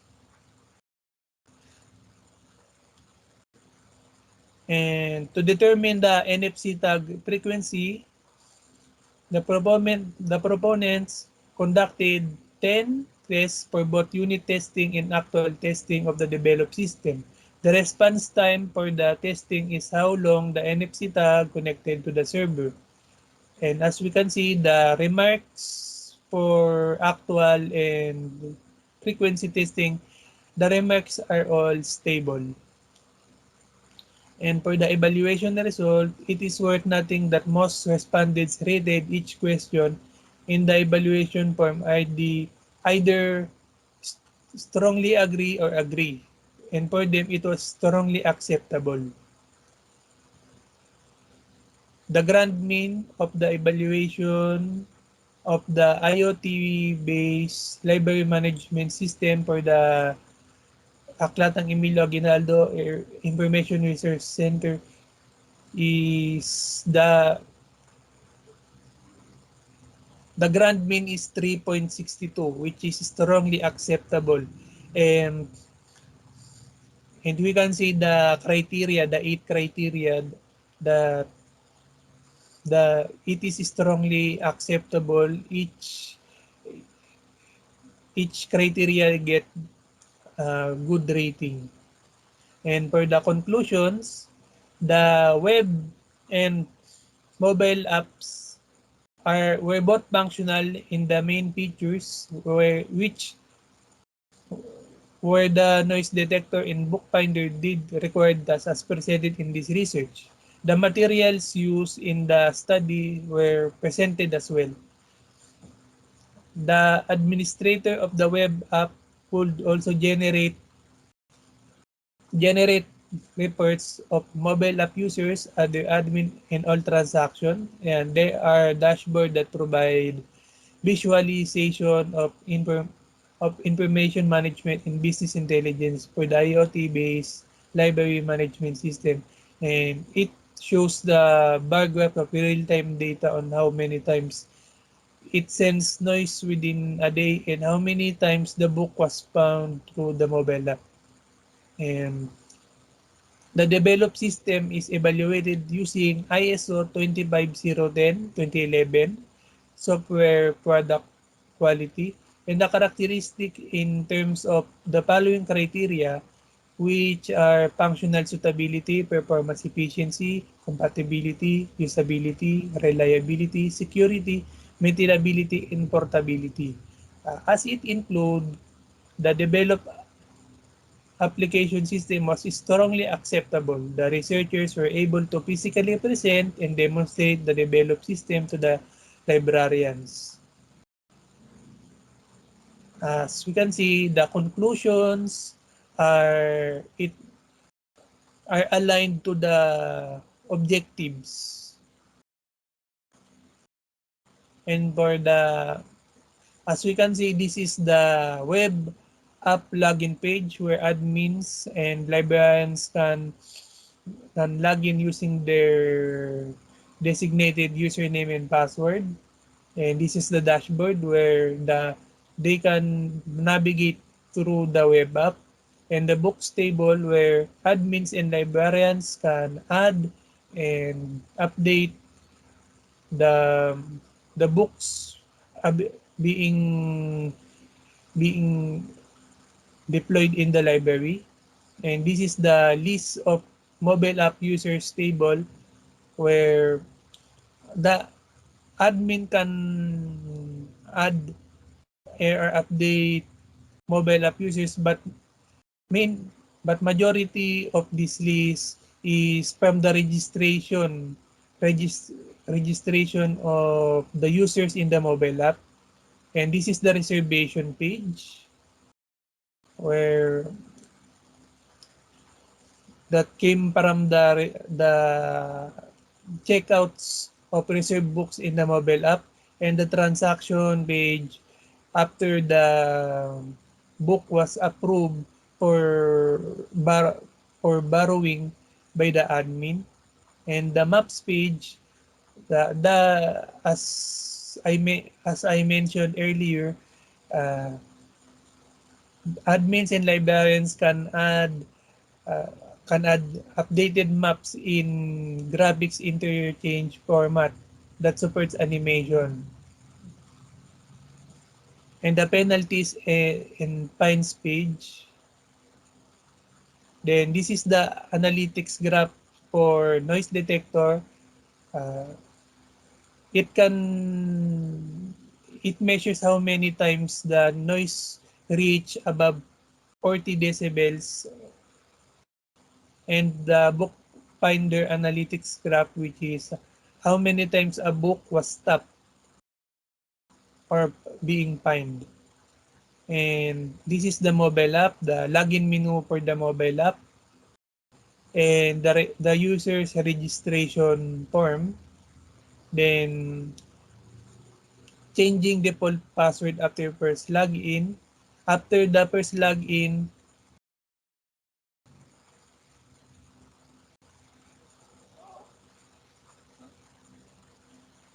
and this is the main menu and the selected book location details. As we can see, it is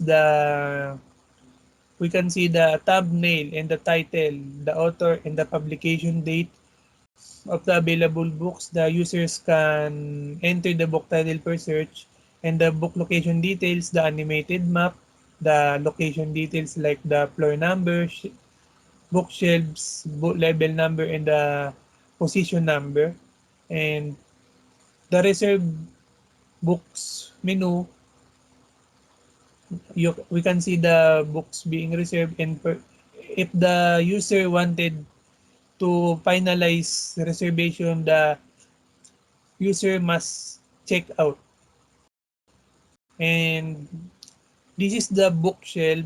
The LED light is blinking if if the user taps the locate button in the modal or together with the book location details, and to make it stop blinking, uh, the user must tap the book embedded with NFC in the scanner reader beside the bookshelf to mark it as in use also.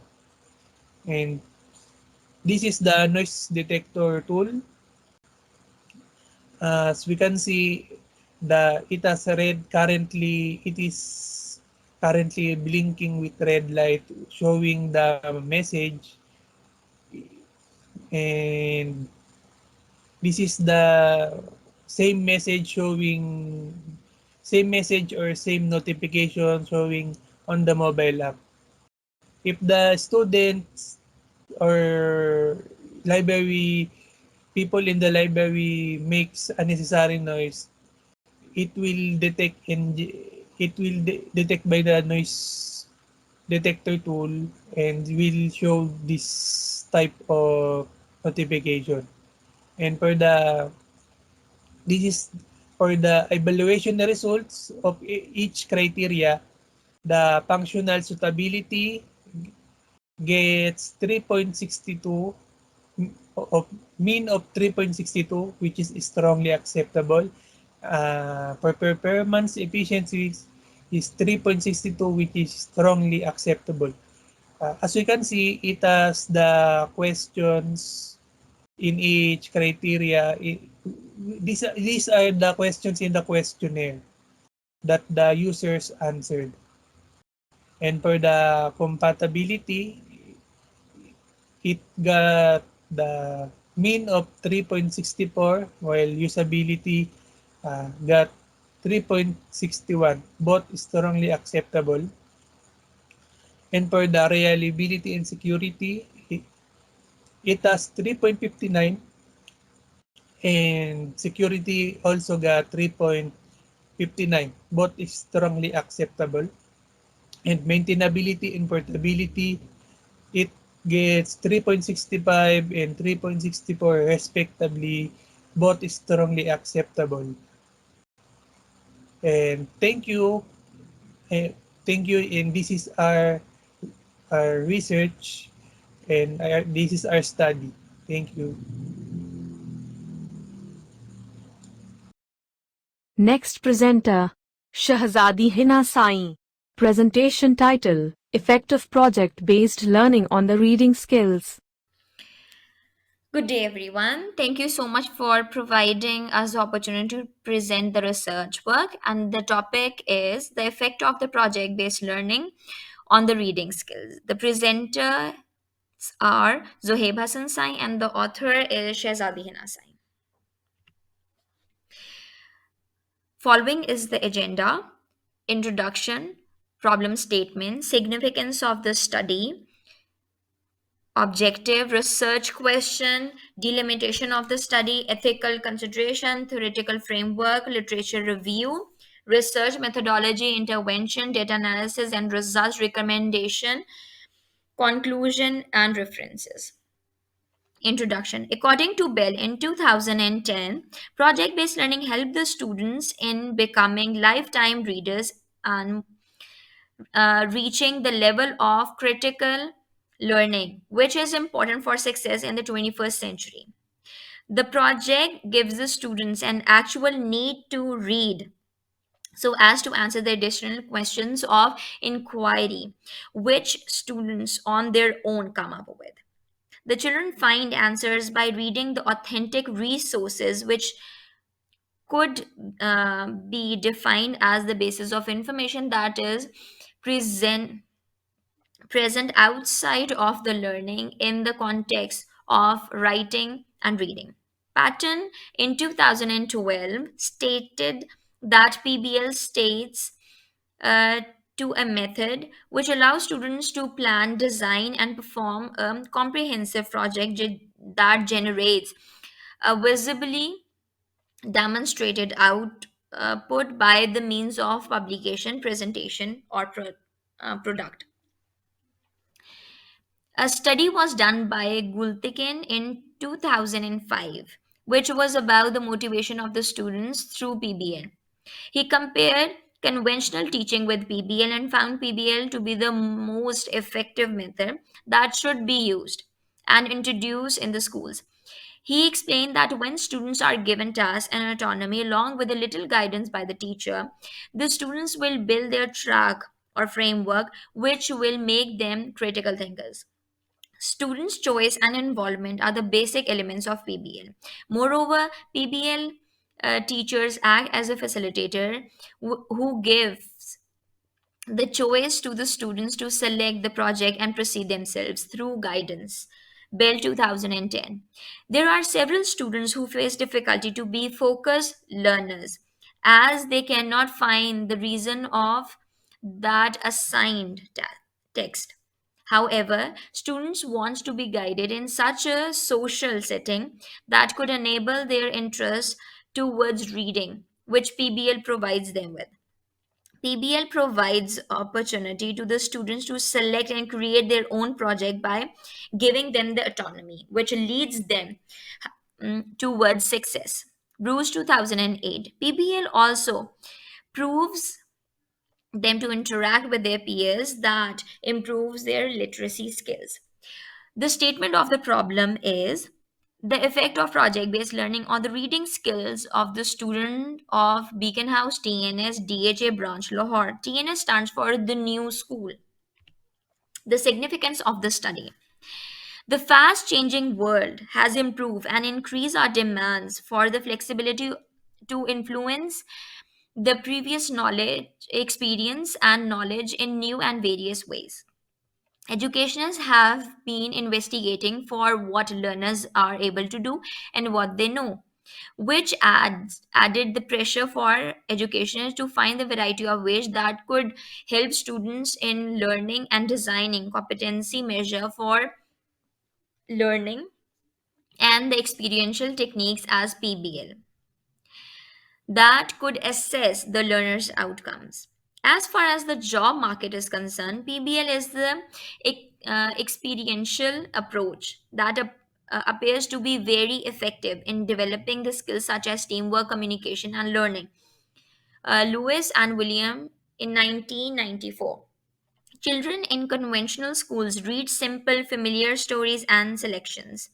However, PBL allows students to choose the books they read, which could help them in their project.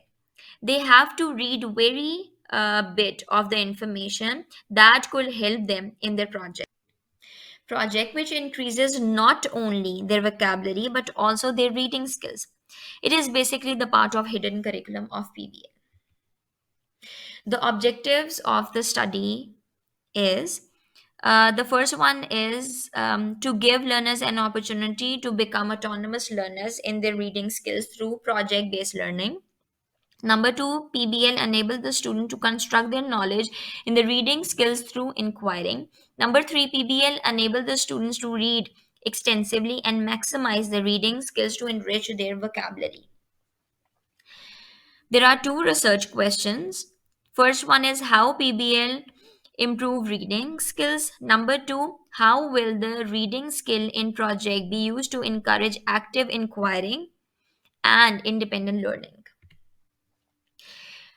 Delimitation consists of two elements. The first one is delimitation of the study, which includes the researcher selected TNS Beacon House for her thesis, as TNS Beacon House is the first World IB school in Lahore and second in Pakistan.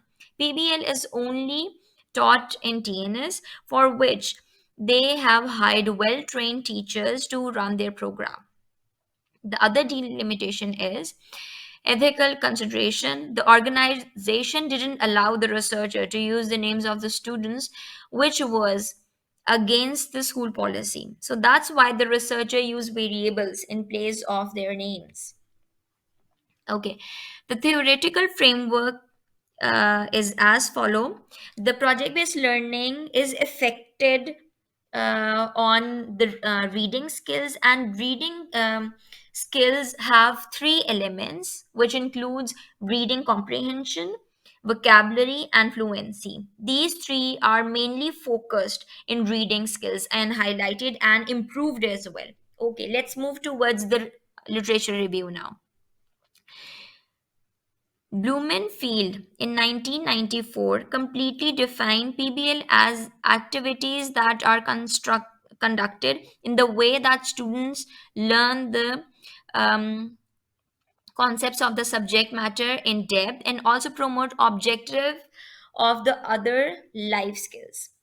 So, in short, we can say that project based learning engages the students in real world project which not only develop their knowledge but also enhance their skills.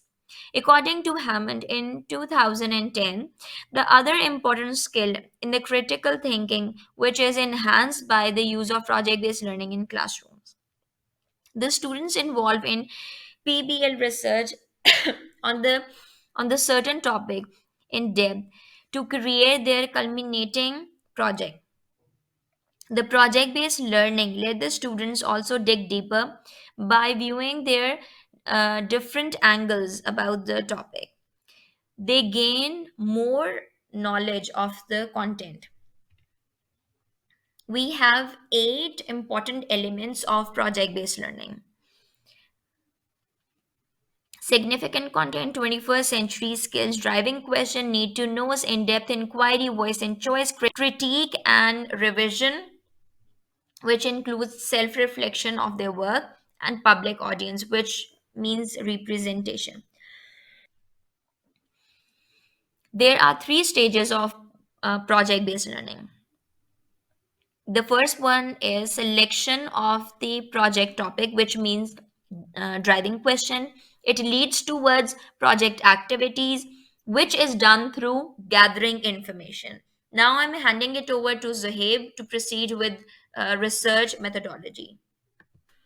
Research methodology. The researcher visited Beacon House TNS DHA branch to get permission for conducting the research, so the school heads took an interview of the researcher and asked several questions like why do you want to conduct the research and what will be your variables, etc. After getting selected as a teacher, the researcher requested that she wanted to teach year 3 and attended teachers training in order to know PBL much better. Moreover, how it works to improve students' reading skills. The researcher researched to know which components of the reading skills are fully focused in PBL and how effective it is. So the researcher conducted a qualitative research based on the case study. The data was collected through census because the population was small, and detailed data and was collected from each student. However, for data collection, the researcher used different tools for various reasons, like to collect the data regularly, to collect a snapshot of students' artifacts, population and sample of the study. Beacon House TNS was the only school in Pakistan where students are taught through PBL. There are 2 branches of TNS in Lahore, and the researcher was given chance to teach at DHA branch with the students of year 3 Orange, as the activities and trainings were held at DHA branch. An intact group of 17 students were available who were used as the sample as well as the population of the study. The study was census in nature, where each and every detail of the student was recorded. The school's head permission was taken for the application of study. Research instrument. The researcher practiced triangulation from comparing the variety of sources which are running records, reading logs, observations, and students' artifacts, reflective journals, and writing journals. The researcher got lot of information using these 3 kinds of resources. Intervention.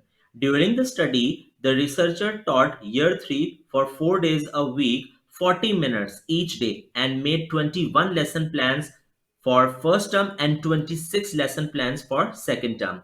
The study held for 2 months in each term. Driving questions.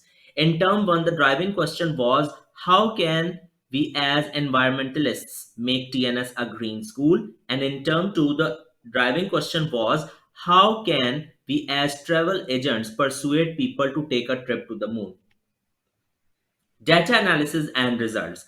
After collection of the data, the researcher organized the data. The first step was to gather all the records of the students, such as their reflections about the projects, acrostic, poems, writing journals, running records, etc., to analyze the data in the correct form. Moreover, student projects were also analyzed. Once the researcher had all the data, she began reading the data and made meanings out of it through decoding them. All the strands were kept in mind while marking the rubrics. Marking all the three skills of reading, which were commonly used in project, was not an easy task. So the researcher used a Likert scale to check their levels and then to put similar codes in groups with respect to the literacy skills. Three themes were found that could emerge student skills, such that independent learner, literacy skills, and inquirer. PBL revolves around the main element, such that making students independent learners. So keeping in mind this element, the researcher used it as a theme. Research question number 1. How PBL improves reading skills? The researcher took observations to check the progress of the students in both the terms to know how much they have improved, for which the researcher used some instruments such that observations, reading logs, and running records of all the three learning reading components. The performances of the students were different in both terms. Their observations were taken through the rubric of comprehension, vocabulary, and fluency, which was analyzed and marked on daily basis in both the terms. The students improved their literacy skills through the motivation of their projects. PBL made them eager to learn from their mistakes and move to the levels of success. They had a positive attitude towards their task, which developed the power in the students to help their group members in learning and improving their skills. The second research question was, how will the reading skills in project being used to encourage active inquiry and independent learning? The students were assessed for the whole year, which included both first and second terms, in order to get the refined data. In term 1, the students' active inquiry and independent learning was assessed through rubrics and project reflections. The students in the second term improved a lot, which was quite visible from their results that none of them needed more scaffolding and took the students towards independent learners. They enjoyed working independently, which gave them the power of self-confidence and motivation. The students used information technology throughout their project. They were equipped with other technologies such as blog writing, making comics, working on Microsoft Publisher, for which students were trained to create their level of interest and motivation and develop their own inquiry skills. The researcher observed the positive attitude of the students towards the use of internet and worked on various web-based materials. Recommendations. As the findings of this study reflects that how curious the students were towards their projects, they wanted to make the audience know about what they have learned and apply them to their lives the way the students did. The students were highly engaged in their projects and wanted to be the best. Hence, the motivation level of the students was too high that they wanted to have more readings and read more books over the internet. They were so excited that they started to read encyclopedias to know more in depth. In other words, it can be said that students took advantage of their autonomy and utilized it well. Thus, it is suggested as one of the best approaches which the teachers should be used in their lessons. The other influential factor which made students independent learner was giving them the choice. However, students were given many choices to make their own decisions and drive their project in their way. This is how they gain self-confidence and choose their learning style. The students chose their topics for the projects and proceeded. They found ways themselves of selecting the authentic information, though they mentioned that they faced difficulty in finding the appropriate information, but still they did not give up. They faced all the challenges and worked very well on their projects. The students learned from their decisions rather than being fed by their teacher. This element must be applied into the teaching classroom whenever it's possible. Conclusion.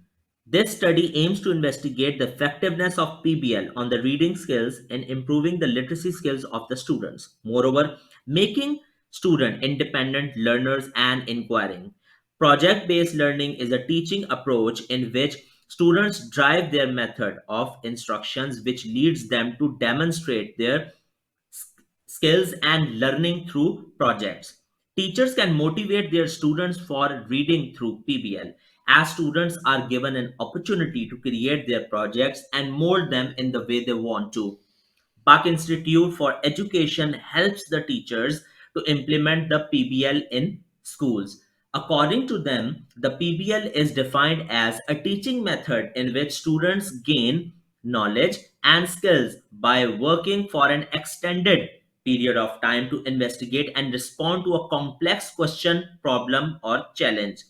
The analysis of the students' reflection revealed the implementation of the projects and their skills, which enhances their reading skills, which seems that project-based learning is better than the other instructional models in academic achievements for increasing the cognitive skills. These are the references, as you can see. Thanks for listening.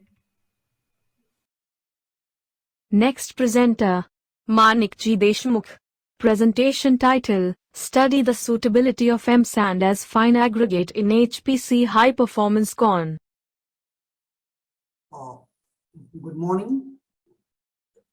Let me congratulate first to the organizers for organizing International Conference on Management, Education and Emerging Technologies MEET-21 at Kuala Lumpur, Malaysia, and giving us an opportunity to publish and present our research work. So let me introduce myself.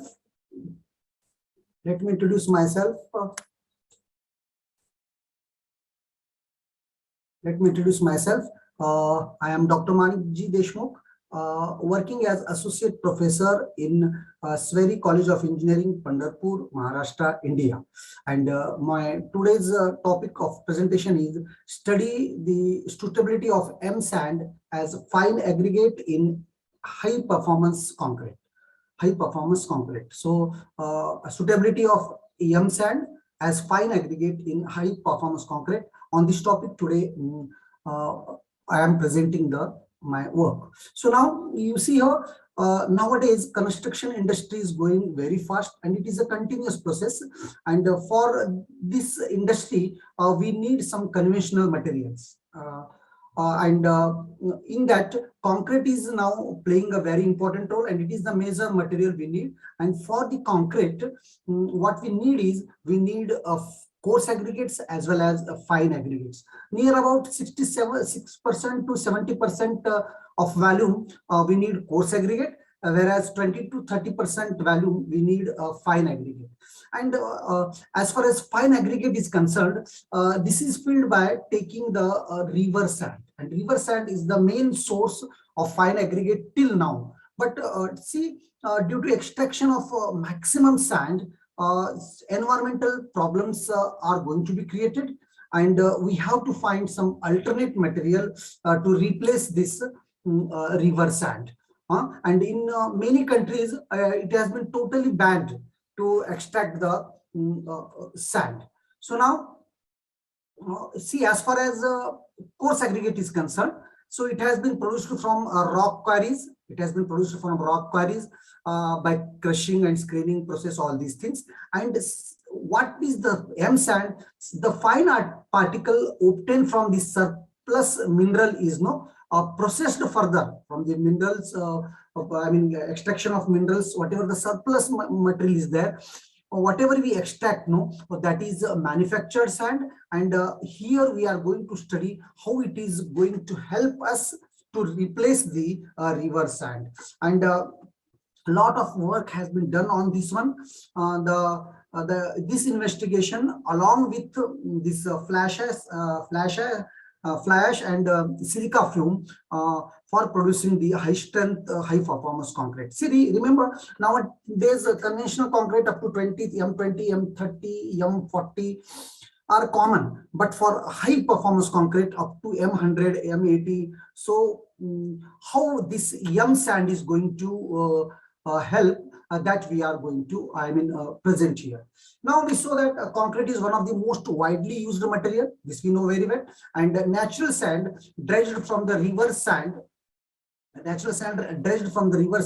is commonly used as the fine aggregate for making concrete. But the thing is, human being being selfish, without caring for environment, for his construction activities, for production of concrete, extracting maximum sand from riverbeds and causing environmental issues. This is making an ecological problems, creating ecological problems, and this is a great problem.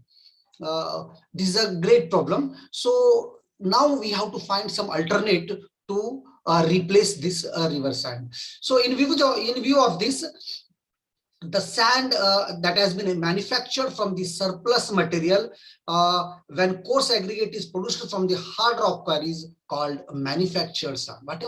After getting the hard rock, whatever the extra material is there, so from that what we get, it is a manufactured sand. So it is having some advantages, it is having some disadvantages also. One of the good qualities is the M sand is normally free from clay minerals and leads to prevent the cracking and shrinkage of concrete. So by using the M sand, cracking and shrinkage of concrete can be reduced, and it has M sand has enough. Comparing to river sand, M sand has enough angular, sharp edges, rough surfaces, but it all depends on the parent rock and how you are going to crush it, and that reduction ratio to coarse aggregate to fine aggregate, that is it. And another advantage is M sand is rock crusher units can be kept in near vicinity, means wherever the construction is going or wherever you are producing the concrete, so there rock crushers can be kept near one, and thus definitely it is economical, and transportation charges are also reduced. Okay, so now, but certain things are there. After all, naturality is naturality. So what the natural sand gives physical and mineral properties, so for fresh and hardened concrete, M sand may differ in some aspects. Okay, so we have to decide that whether totally river sand is useful or totally 100% M sand is useful, or what we are going to study that. Suppose if you take in a proportionate river sand as well as M sand, it is going to benefited. So many researchers are already working on this one by using the M sand in conventional mortar and concrete. So now, okay, for M20, M30 up to normal concrete, it is okay. But nowadays for constructing, very large buildings or large construction works, high performance concrete is needed, which gives strength up to 100 or more than 100. This is a special concrete, and this concrete is having many qualities, good qualities, high performance concrete, such as high workability, then high strength, high modulus of elasticity, high dimensional stability, low permeability, and high resistance. As this HPC is having so many good qualities, now our aim is to find how this M sand is going to help in production of high performance concrete. Now, with the recent advancement in concrete technology and the availability of various types of mineral and chemical admixtures and superplasters, concrete with a compressive strength of up to 100 M can be possible to produce commercially. Yeah, more than M100 also nowadays we can produce. And how this M sand, of course river sand may help, but how this M sand is going to help to in the high performance concrete, that we are going to study here. Okay, so now, because of all these good qualities of high performance concrete, so the high performance concrete is advantageously used in columns, various compression members such as columns and piles. So now, after having the introduction of this yum sand and how it is going to be useful for HPC, now what are the objectives of my work? What are the objectives of my work here? So let me elaborate my objectives. My first objective is to evaluate the suitability of M sand as fine aggregate in HPC based on the physical properties of yum sand. So now for HPC, how much suitable is M sand as fine aggregate based on the physical properties of M sand. Whatever the physical properties of M sand are there, no, how much they are helpful, how much they are suitable as a fine aggregate that we are going to study here. Next is to assess the applicability of yum sand as fine aggregate in a blended high strength HPC based on fresh concrete properties by comparing to the results of HPC using river sand. Next is what are the difference in properties when we use the river sand in HPC and its applicability in yum sand. So these are the two objectives. So what are the benefits of M sand? So benefits of M sand are to reduce the extraction of sand from river bed. Of course, this will reduce your ecological problems, environmental problems. So as far as possible, we have to extract little from the little sand from the river bed. Next one is to recycling the byproduct obtained from the broken rock. See, for coarse aggregate, definitely we are getting the rocks, we are crushing it. So whatever the extra byproduct is there, from that we are going to produce yum sand. So that recycling process is benefited us. Third is to reduce the cost of concrete ingredient. Of course, comparing to a river sand, so M sand is more beneficial. That is one of the advantages. Of course, to reduce the cost of storage and disposal. So nowadays, sand is as good as gold. So many times we'll find that sand extraction is going to many crime stories are based on this theft of sand only. So river sand has become so much precious. So to reduce the cost of storage and disposal, so we use M sand.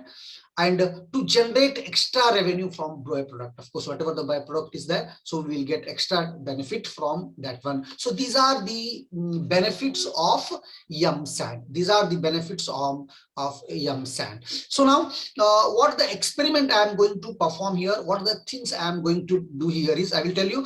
First of all, I am preparing a concrete in detail. Without going, I will tell you. I am using cement. That is the grade 53 ordinary Portland cement OPC. Then I am using silica fume. Okay. Then I am using fine aggregate. That is locally available sand from the Kaveri River as used as fine aggregate. Okay, then yum sand also I am using along with fine aggregate as river sand. I am using the yum sand, which is having some physical properties just as specific gravity 2.7 and bulk density is this much 1633 kg per meter cube. And then coarse aggregate, of course, I am using of this size. Polycarboxyl helix superplaster I am using with a specific gravity of 1.07. Then water which is fit for drinking, the same water I am using. So these are the various materials I am using for my work. And then what I am doing here is I am preparing three types of concrete: type A, type B, and type C. What I am doing here is in type A, I am taking 100% river sand, and in series B, what I am doing is I am taking 50% river sand and 50% yum sand, and series C consists totally yum sand. Of course, all other things remain same. Here need not, I am not going to elaborate all these things. So what I am doing is three series I am taking: A, B, and C. In A, I am using 100% river sand. In B, I am using 50% river, 50% M sand, and C, I am using totally 100% yum sand. And different tests I performed on all these three series. and I have produced M50, M60 and M70 grade high performance concrete. So the fly ash content varies from 28 to 31%. For all these things, expertises, and the fine aggregate and coarse aggregate contents were slightly adjusted in order to, of course, fine aggregate and coarse aggregate ratios I had to maintain to get the workability required. Workability. Okay, so now after all these things, after finding all the things, what I found here is that results I'm going to show you. The hardened concrete properties such as compressive strength, flexural strength, impact resistance, elastic modulus and durability index were determined. So after performing all these three series, for each series I found all these properties, that is compressive strength, flexural strength, impact resistance, elastic modulus and durability index were determined. Then after finding all these things, 28 days compressive strength of concrete also found. So these are the results. What the results are there, I will tell you. The results indicate that the compressive strength of 7 and 28 days cured specimens were increased 16.48 to 14.29% than the HPC specimen with reverse sand. So these are the results. And before going to result, all these results are there. You can see here. So let me tell you one thing.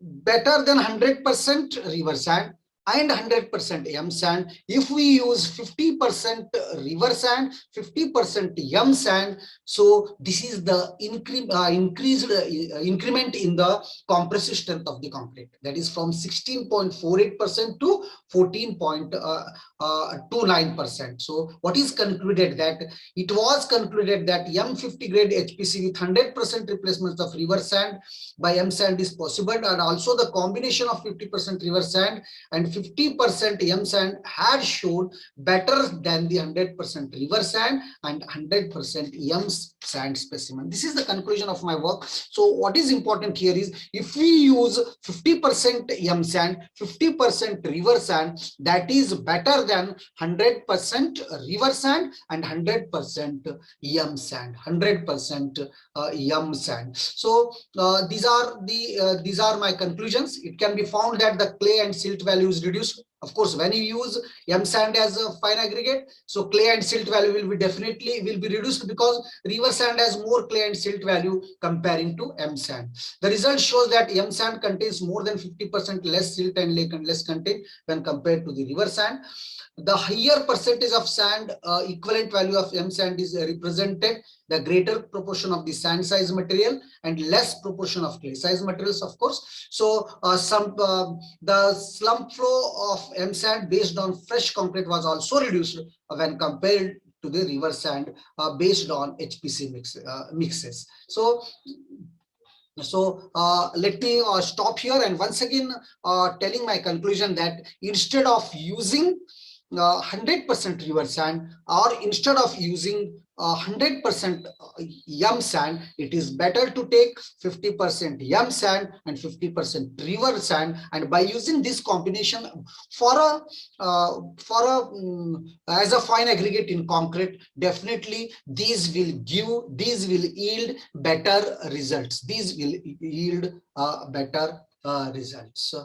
So thank you very much. Once again, I thanks to organizers for giving me an opportunity to present my works. Thank you one and all.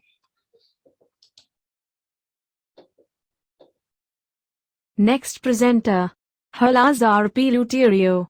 Presentation title, Telecommuting and Job Satisfaction, a gaze to the Filipino working life in era of turbulence. Hello everyone. Good day to all the participants and organizers of MEET-21, the International Conference on Management, Education and Emerging Technology 2021. I hope that you are all well today. I am Halazar P. Luterio from the country of Philippines, and I am presenting my study titled Telecommuting and Job Satisfaction, a gaze to the Filipino working life in era of turbulence. Once again, I am Herlan Luterio, a PhD Business Administration student at the Manuel Alcázar University. I received my bachelor's degree in communications from De La Salle and my master's degree in Business Administration from Manuel L. Quezon University. I am interested in futures thinking and digital transformation. I am currently working as an information officer at a Philippine government agency and does volunteer work as a community relations manager at Iot Technologies. We are the group that created the award-winning mobile application ISDAP that provides useful data to small-scale fisher folks in the Philippines. In the future, movies and TV shows envisions the workplace as a cyber haven full of technology, robots, and other digital transformation. However, it is not the futuristic setup that we have thought about because it looks like people prefer a more serene, relaxed, and convenient way of doing things. That's why more and more individuals are shifting into the working setup that what we call the work-from-home arrangement or telecommuting. Work-from-home arrangement are sometimes called telecommuting, remote working, mobile work, flexible work, or telework. Work-from-home arrangement is a working setup in which employees do not commute or travel to a central place of work such as an office building, warehouse, or store. It can be done at your home, a coffee shop, or any place or any way that you are comfortable with. Through the progress of technology, telecommuting or work from home has also grown into a more reliable setup through the use of gadgets, smartphones, software, and mobile applications. People are able to connect to one another and do their jobs virtually, like what we are doing right now. Because of its benefits like comfortability, it is estimated that 25 to 30% of the workforce will be working from home multiple days a week in the near future. For the abstract, the study was conducted to 587 Filipino employees in the private and public sector, using the most significant aspect that contributes in the progress of telecommuting, the internet. Using a web-based survey administration application, the data was gathered from different employees who have access to the internet that are undergoing or had undergone some form of work-from-home arrangement. The 4-point satisfaction Likert Scale survey was distributed using convenience random sampling on different internet platforms. To construct the workplace of the future, we should understand the different factors of this arrangement.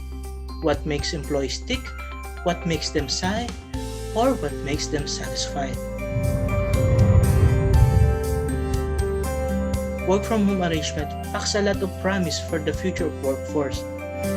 It is vital to get the perception of Filipino employees to the work-from-home arrangement, as the culture and way of living in the Philippines differs from other countries. In this study, the job satisfaction of different employees, both in the public and private sector, is weighed to know the pulse of whether this alternate working arrangement is on par with the perceived notion of a preferred working setup. This study provides insights about the management of work from home in organizations by highlighting the factors that promote job satisfaction of employees and recognizing the best demographics for teleworkers. It will contribute to the growing working culture and open the doors to further information on how important the work-from-home setup impacts the well-being of the most important assets of an organization, the employees.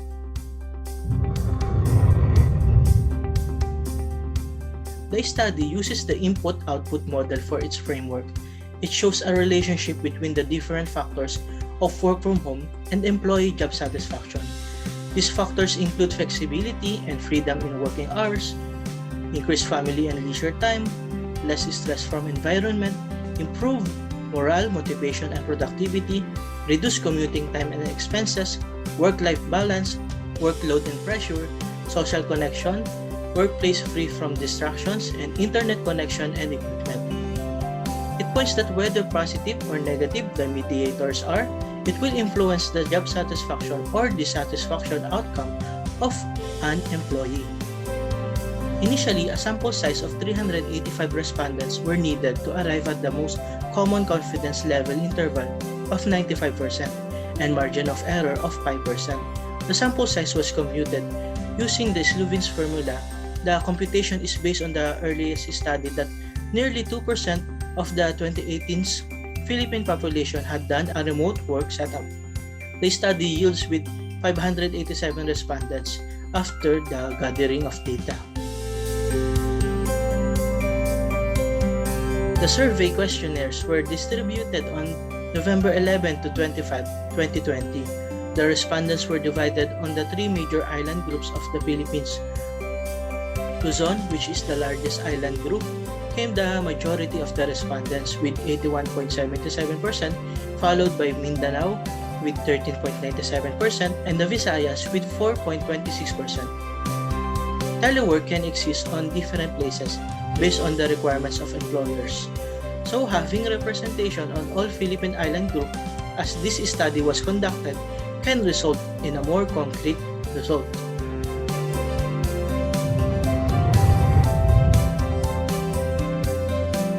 Aside from that, the demographics of the job sector, whether the respondents are from the private and public sector, their sexes, age, civil status, number of children, and their work from home frequency were also gathered from the respondents.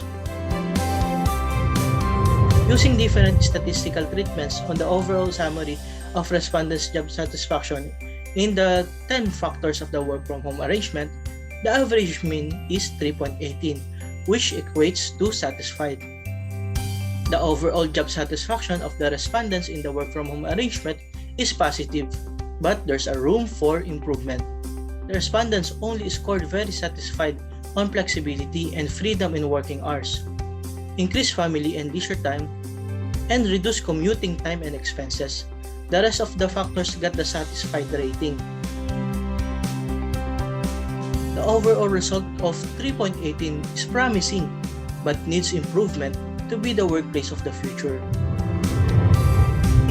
Meanwhile, in the assessment of the respondents on the different work from home factors with regards to their job satisfaction and their commitment to continue to work in this arrangement, it showed that all of the work from home factors have very significant relationship with the respondents' commitment to continue to work from home. And finally, the assessment of the respondents on their overall satisfaction with the working condition of their work from home arrangement with regards to their commitment to continue to work in this arrangement. Results of this study shows that majority of the respondents are satisfied on the overall working conditions of their work from home setup, and most of them would want to continue to work from home. This result gives truth that when given generous working condition like autonomy in work from home, employees tend to induce higher work satisfaction. So, can we conclude that telecommuting or work from home arrangement is the future of work? To achieve that, organizations should continue its work from home programs and deliver further professional development to maintain their employees' commitment and job satisfaction. Make long-term innovation and advancement in the work from home implementation and different support programs, strategies, specialized trainings, and activities should be done to strengthen the implementation of work from home arrangement so that we can achieve a better working arrangement for all.